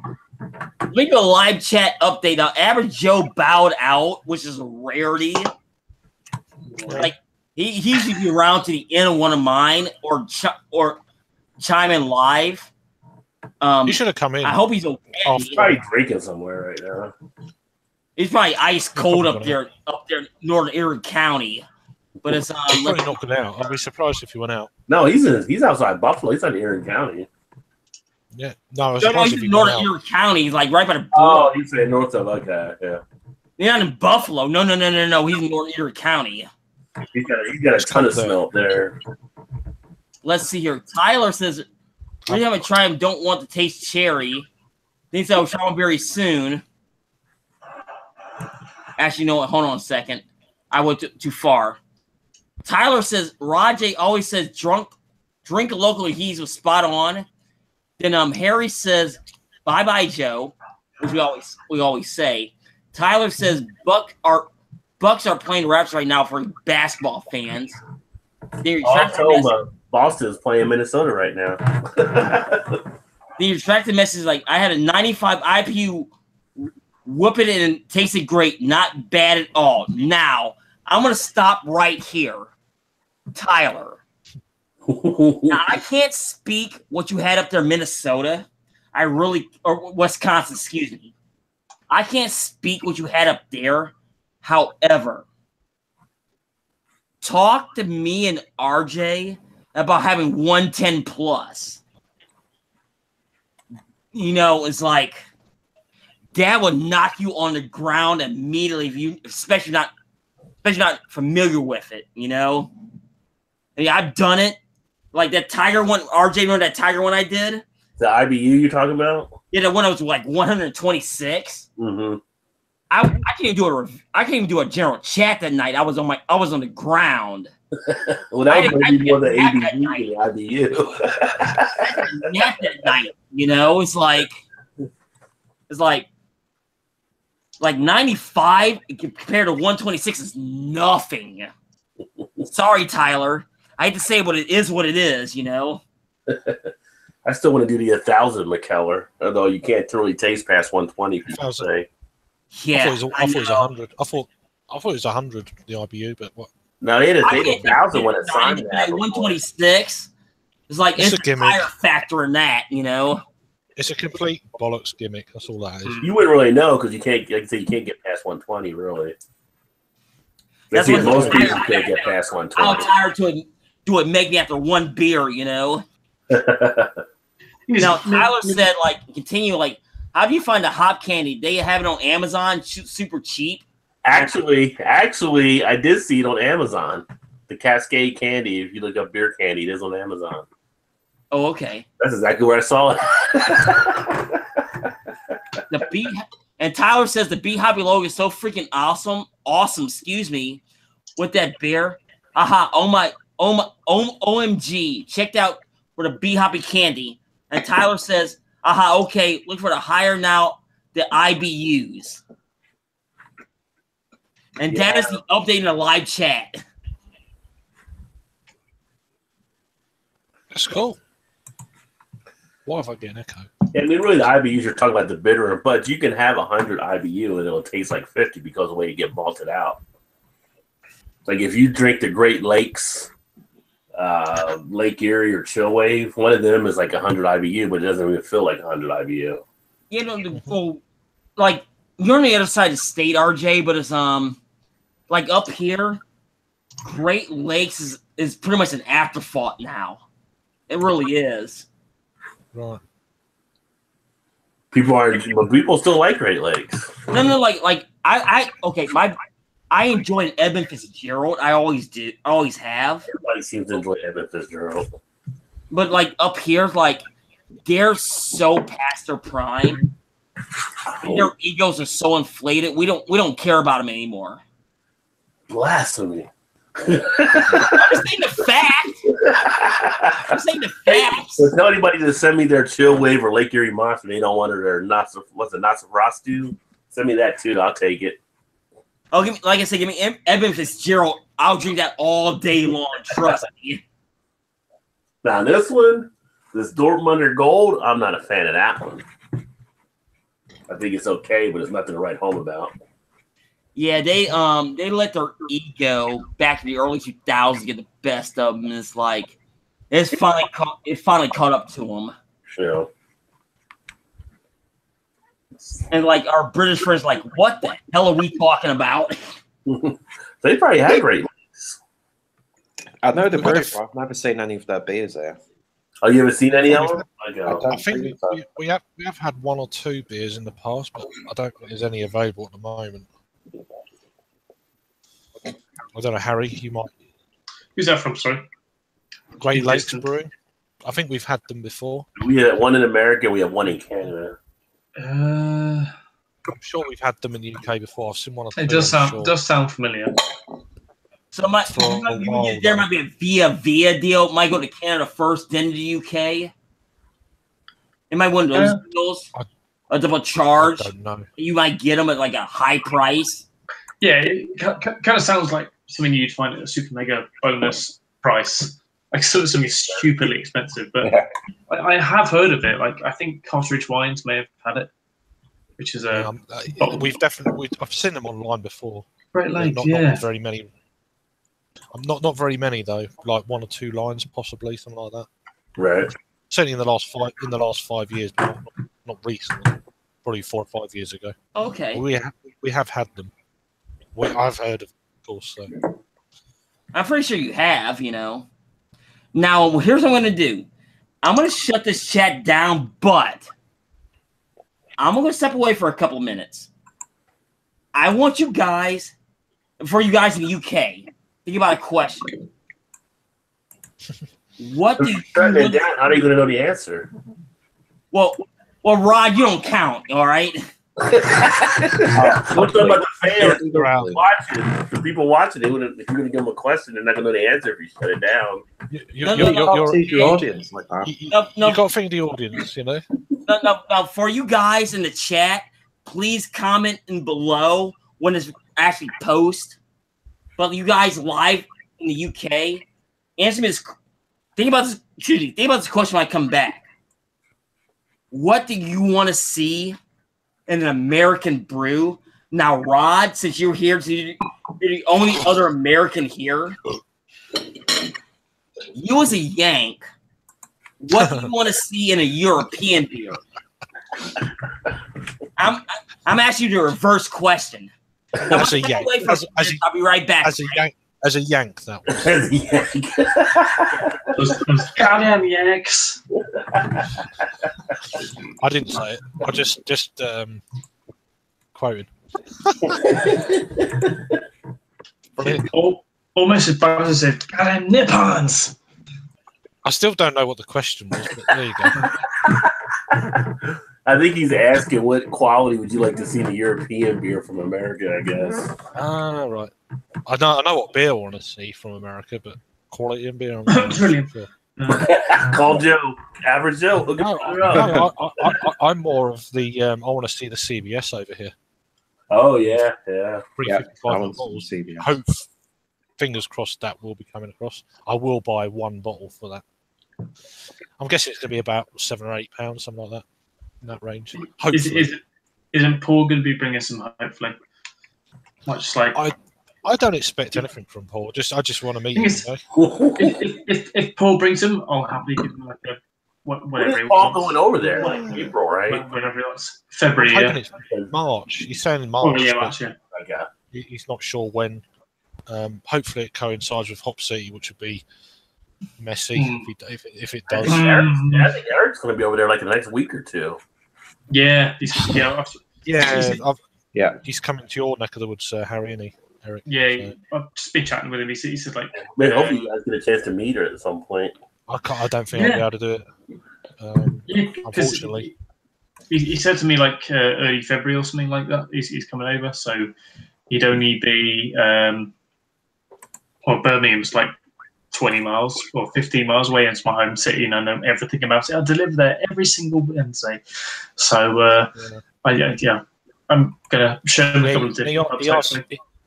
He asked me. He goes, "Oh, where should I go in Birmingham?" I said, "Well, I told him where we went to when we came up to do the bottle share last couple of years ago." Yeah. You know, Till, and Till, the Fuller's Bar and Brewdog, and you know.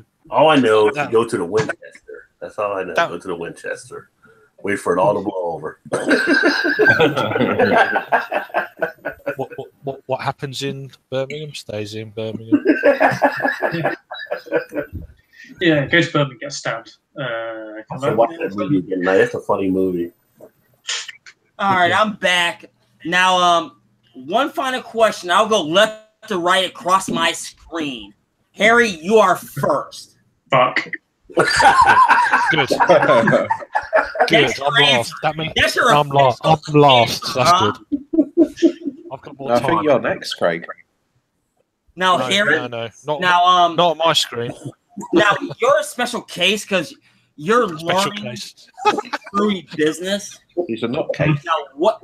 Oh, jeez.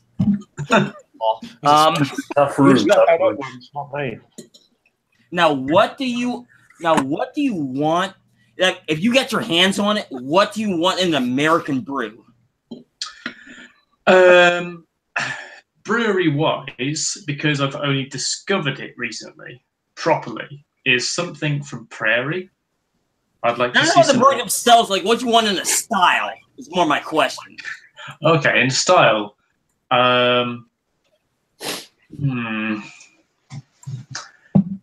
Because just something different. Because you've got to think that we're not a million miles different from the American style. I'm just waiting for the next big thing, because I can see we follow the American market. We've kind of gone, oh, sours is going to be the next big thing, and we've done that a little bit. And I kind of want to see us do something completely different, because when I first got into beer, I was like, what are sours? I didn't know anything about sours. And I'm kind of waiting for us to do the next big thing, which I think could potentially, I think the big thing in America next is going to be like lagers, but you know, more hoppy lagers than what you currently get, because that will be the next stage in terms of perforating into the less craft market. You know, doing these sort of crafty, you know, fruity lagers with more hops in them. I can see, you know, Americans getting more into them, but that's what I'd like to see personally. Whether we'd see it over here, no, we won't see lagers over here for a long time. But I'd like to see it. Okay, fair enough. Now, Kent Beer Reviews, you are next. What would you like to see over there? I'd like to see more. I know Harry said the lagers, and I've heard that from another beer blogger over here. Stuart Curtis said the same thing a few months ago. Is it Stuart Curtis? Matt Curtis. Get it right. I think. I mean, we've had kind of trials on Poppy IPA Northeast style with lupulin powder. But I don't know if too many breweries are starting to kind of pick up on that. I think they are. I think Average Joe said this probably a week or two ago. It'd be nice to try some American New England style kind of hazy beers with lupulin powder, just to see how, compared to how they have done it when the craze first took over, just to see if there's any kind of difference. Maybe have one of their regular version of that, and then a lupulin powder version. Like a virgin. That's just me. But no, I'd be interested to see whether that would take off in the States or not, or a lot more breweries do it. Okay. Or even a West Coast style with lupulin powder, which could be quite interesting. I must say, Craig, on lupulin powder, sort of subject. I've played around with it in the brewery. We've used it on one of our beers. Yes, you get the efficiency isn't quite double what it claims to be of what I've found, but it's still pretty damn good. I mean, I tried Magic Rock. In 2016, they done a Cannonball version of lupulin powder, which was amazing. It was a lot smoother. There was none of that kind of sharp kind of edges around it. It's more smooth and flatted out. What I tried, and that was fantastic. I think they launched that just for the International Craft Beer Festival in Leeds. And it was amazing. So it'd be interesting to see American brewers do that. Yeah, well-known ones, you know, things like Stone. Imagine their Stone Enjoy By series with lupulin powder. That would be like wow. Just for that kind of style. I mean, the New England style are very kind of smooth in that anyway. So it'd be nice to see certainly West Coast style. I think that would enhance that style more, and then that could increase the original kind of style before the New England style, of course. Just to see how it affects that style, and does it bring that up to rival the hazy craze bomb we've had in the last 2 years? I think that haze craze is kind of dying down a little bit. We're beginning to die down now because so many people have kind of gone over it. And we kind of need to see. Some people are going back onto the sort of East Coast and thinking, oh, you know, it's not quite as shit as I thought it was. You know, people are kind of enjoying it a little bit more because they've had too much of the New England stuff. I crave the West Coast style more now. Yeah. I want more West Coast triple IPA. Yeah. Not triple. Yeah, like I mean, just uber session resiny, just oily. You want an overhop West Coast or Northwest IPA? Go. I like for it, you know? I like the real juicy West Coast style with a little bit of kind of bready malt, just kind of mixed in. I want to see more stuff like more beers like Devil Dancer from Founders. I'd like to see more people doing those sorts of like really strong, powerful ones, and like not got round to that yet, but yeah. The Hercules double IPA from Great Divide. Fuck me, that was an intense beer. Okay. Another one is the Ridiculous from Founders. That was fantastic. Yeah. I just want to be hit by pungent. Oh. Yeah, right. Oh well. Okay, now Rod, you're up next. You're in the reverse. Talking to me? Oh yeah, you're up next. Whether you like it or not. For me, I mean, what do you want to see in the reverse? What do you want to see from Europe in this part of the country? For me, for what they get over there, is probably more of the smoked beers. I like to see that. I like to see that done more in America. I like getting the smoked beers from overseas. What's that one? Whatever the green one. The Schlenkerla one. Yeah, that one. Like Dean did a review of that one too. That was a good beer. Oh, it's a beautiful beer. Yeah. That's it. I drink a lot of beers from. I mean, I don't know what else to really. Okay, fair enough. There's not a lot of smoked beers done in America. I think it's I'm not the best brewer in the world, but I'm a great ham. But it's like I don't know it all. I'm a great ham, but that's it. You know. I think that's the one that jumps out to me the most. I mean, I really like good smoked beers. Okay. Now, Clueless Drinker, you're the last one on the list. What do you want to see from us Americans? I want to see a resurgence of outrageously hopped, resiny, like palate wrecking West Coast IPAs. Now, you want to see it in the UK? I want to see more of that in the UK because I think we're severely lacking that because it's all about like the fruit bowl and the that's like onion garlicky sort of vibe, which you do get quite a lot with a really resiny like triple IPA. Okay. But I want these like really powerful, like sipping, like pungent, like 10% triple IPAs to make a resurgence. Oh, I see what you're saying. Okay. Plus, I'd like to see, even though the craze, well, it's always been a constant, but I'd like to see more American, not just American barrel-aged imperial stouts making their way to the UK, but just good imperial stouts in general from America. Because we do get a lot of them, but the prices they command a lot of the times, it's just ridiculous for a lot of them. And I'd like to see beer. I understand what you're saying there.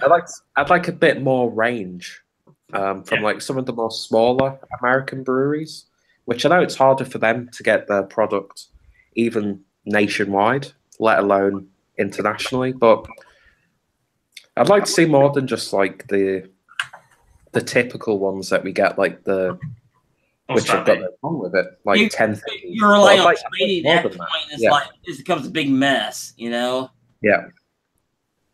Basically, just better distribution all around, really.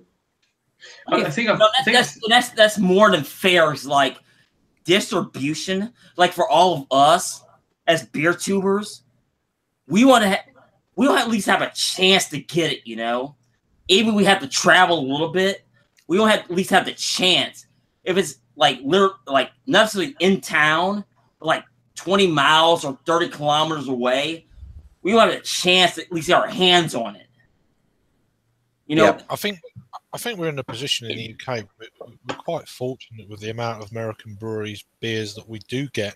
There's a lot of you guys that you don't get a lot of the beers that we can get Yeah. All right, you might not. They might not be in local bottle shops to us, but if you go online, you just but who wants to pay the crazy. price though? That's the big trade-off.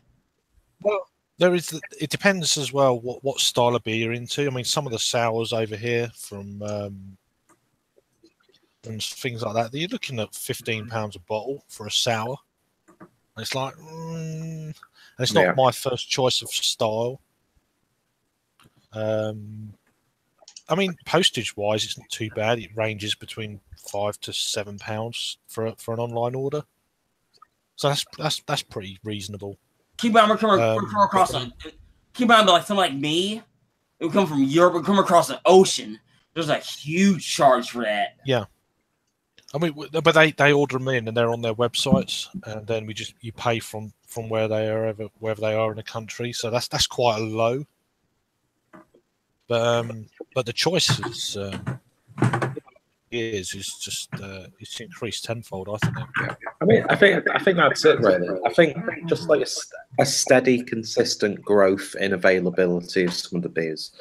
I know all of them aren't going to like have amazingly affordable price tags, but the fact that there's beers there that are available that aren't going to spoil with age, I think that's a big thing as well. Because it's all well and good getting some of the like well-known American pale ales and IPAs, but you get them and they're like 6 months past the best before date, and it's like that's a huge problem. And a lot of times with the distributors, or let me take it back. That's the distributors, the people that are shipping it. It's out of control. Yeah. I mean, another style of beer from America I'd like to see, not just on from, I actually really want to see is American barley wines. We don't see a lot of those. Yeah, we don't see too many of those. Barley wines just don't hold on a travel, They really don't.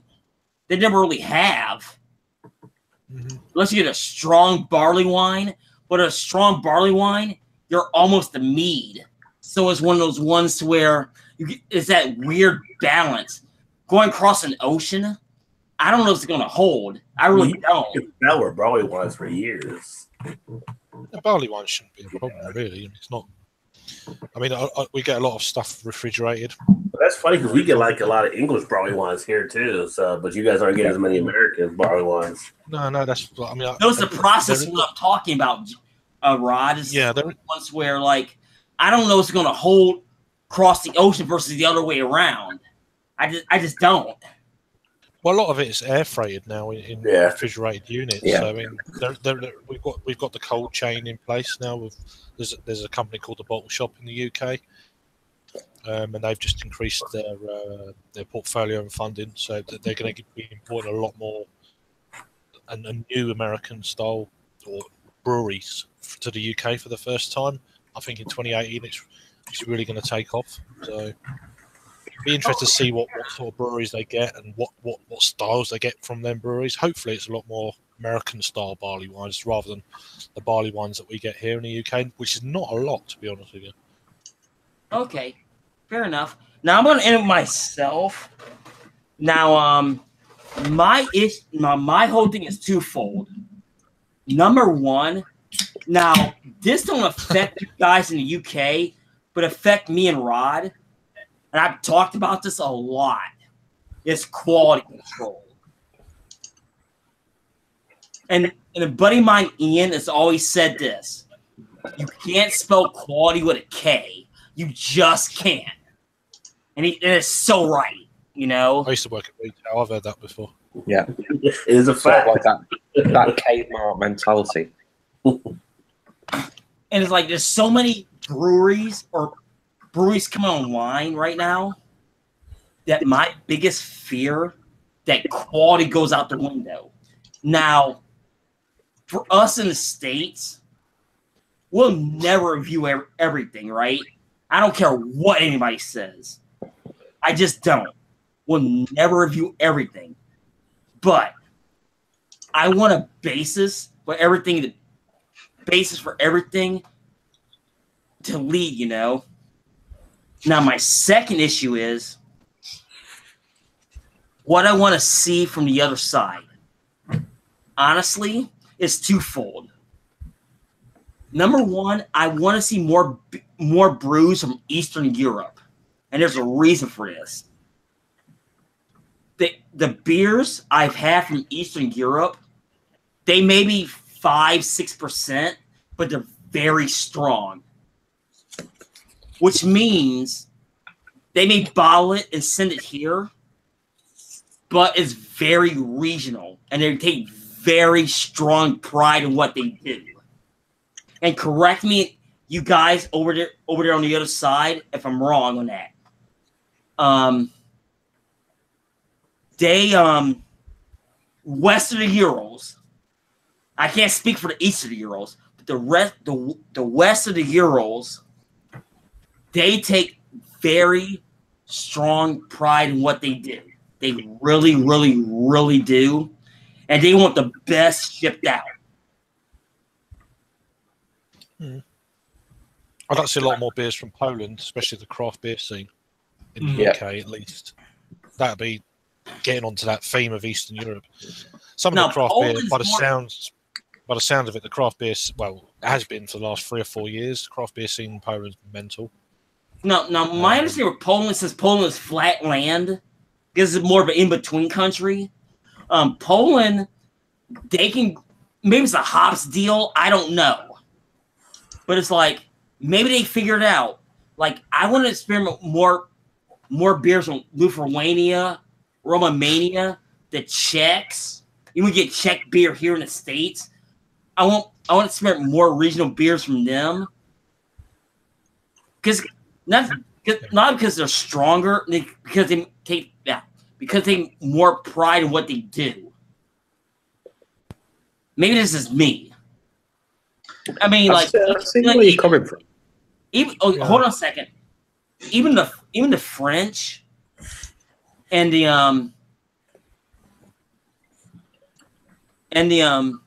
Swiss might have some good beers out there that we don't know about yet. You know. That's true. I can't think of too many good French craft beer. They might be hidden. I don't know. Say it.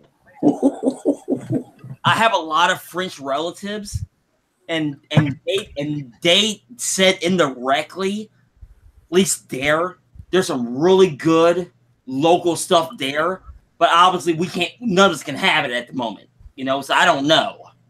Oh well, yeah. We've got so much choice though, so you know.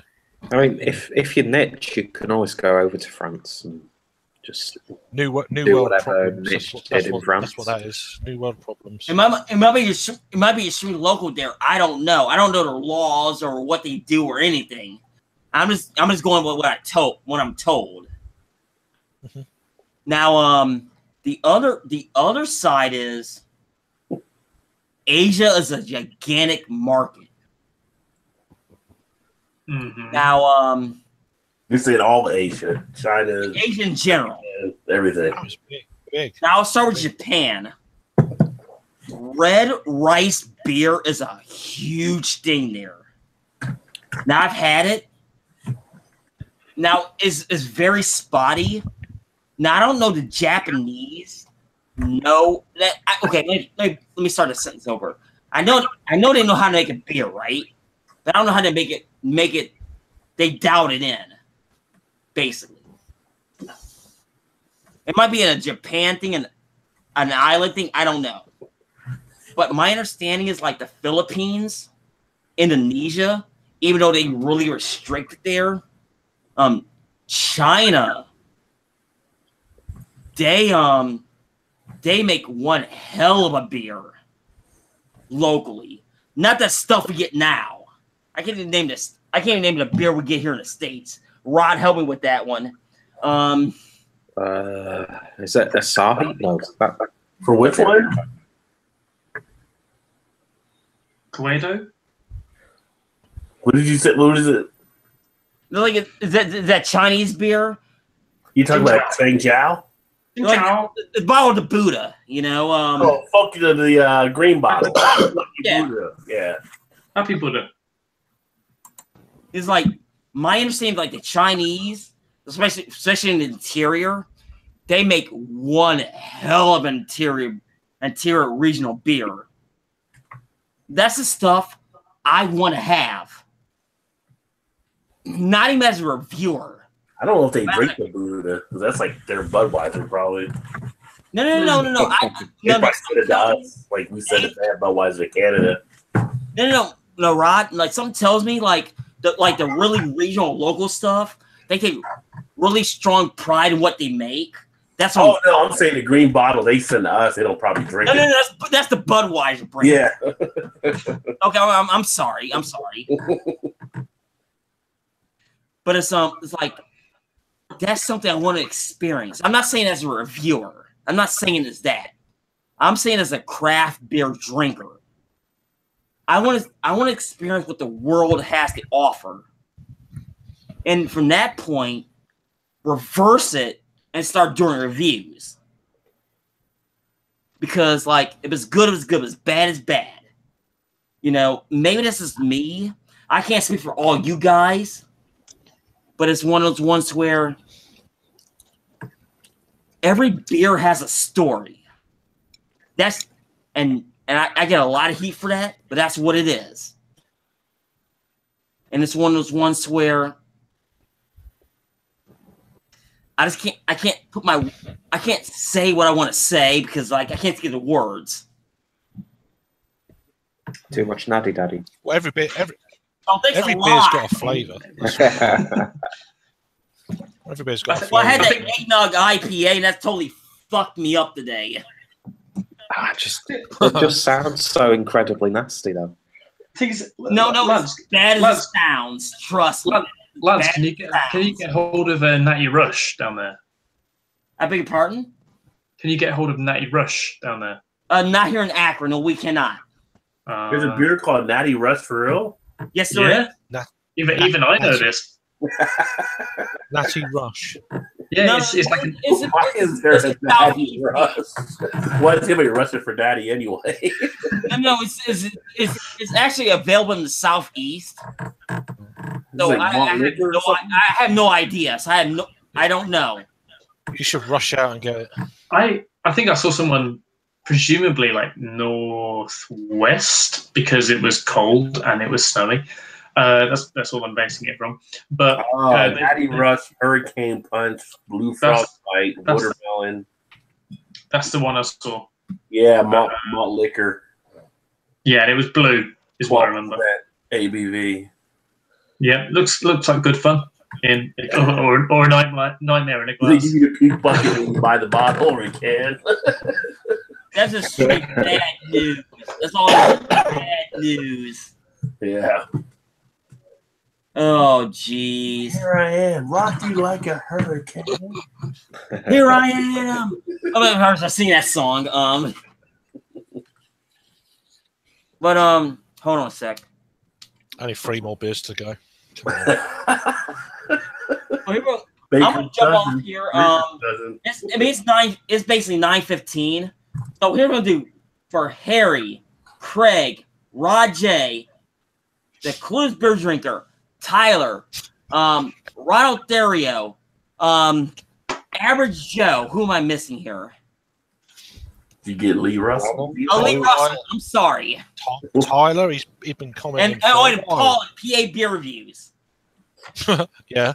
I am Lance Lush. Now, listen up, guys. Okay. Nice I don't know if I'm going to be around for the next few weeks because of the job change. So stay tuned on this channel for video updates or go on LTL videos and reviews on my Facebook page for updates. What's going on? I want to say that right now so everybody knows. Go around like if I disappear on Fridays, everybody knows. Mm-hmm. I won't be around for at least 2 weeks, so okay. On any kind of hangout. So okay, Craig, fair enough. But for all you guys I just mentioned, I'm Lance Lush, and always be careful there, fear-a-roo, and stay tuned for the next edition of Lance Lush. Cheers. Cheers. Bye.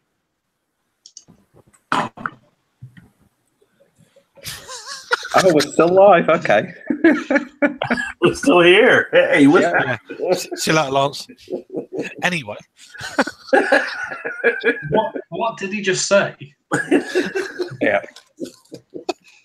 Oh, We superb. can literally hijack his channel now. We got like 3 minutes or so. And then it's like, I want to get me to Nay Daddy so bad. why didn't he Yeah, I really want to try Natty Daddy. And I want to say try something like Clamato beer as well. At the same I time. wonder what the story is behind that's that. What's the story behind that beer anyway? Well, Natty Daddy or Natty Rush. Yeah, Natty Daddy. I don't know. I really don't know, but I'm intrigued. We've got a few minutes, so just to fantastic. It Clueless must be drink a beer reviews. It must be like drinking like 4 cans of fucking special brew. That's all I can kind of think it would be like.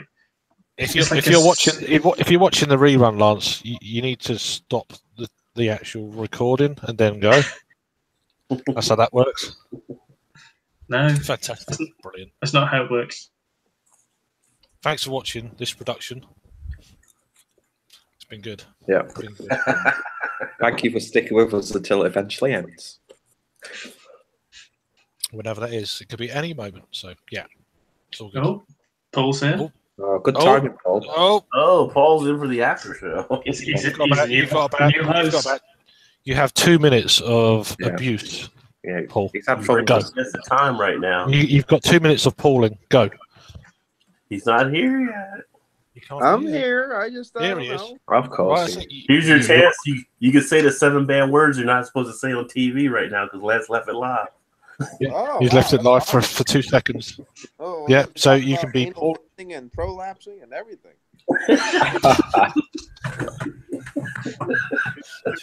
two seconds of Pauling. I'm sure you get like 10 minutes when someone leaves. I think it's like 10 minutes, yeah. Yeah, you get 10 minutes. So, Paul, have a field day. Paul got a stand-up show here. Tyler's joining. Everyone's joining. Everybody wants to get a piece of the action. Good timing. Here's Tyler. How you doing, Tyler? You're Yep, we're going to hack Lance's channel. Yeah, and your host is he's gone. Sorry. Oh, your mic is low or something now.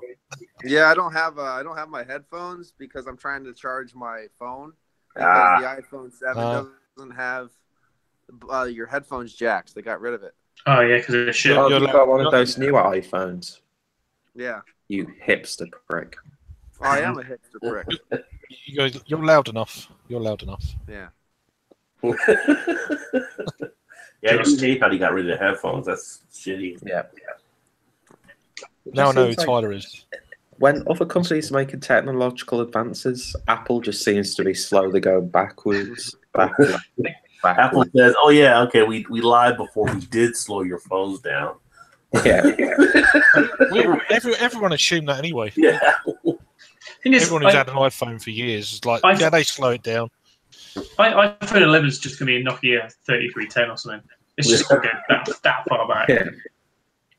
But it wouldn't even have Snake. No Snake.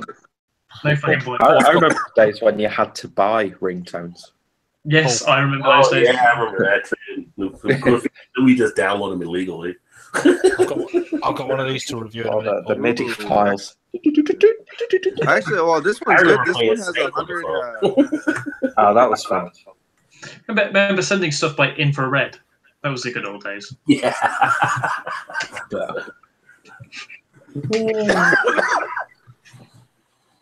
This phone has like 128 gigs of memory.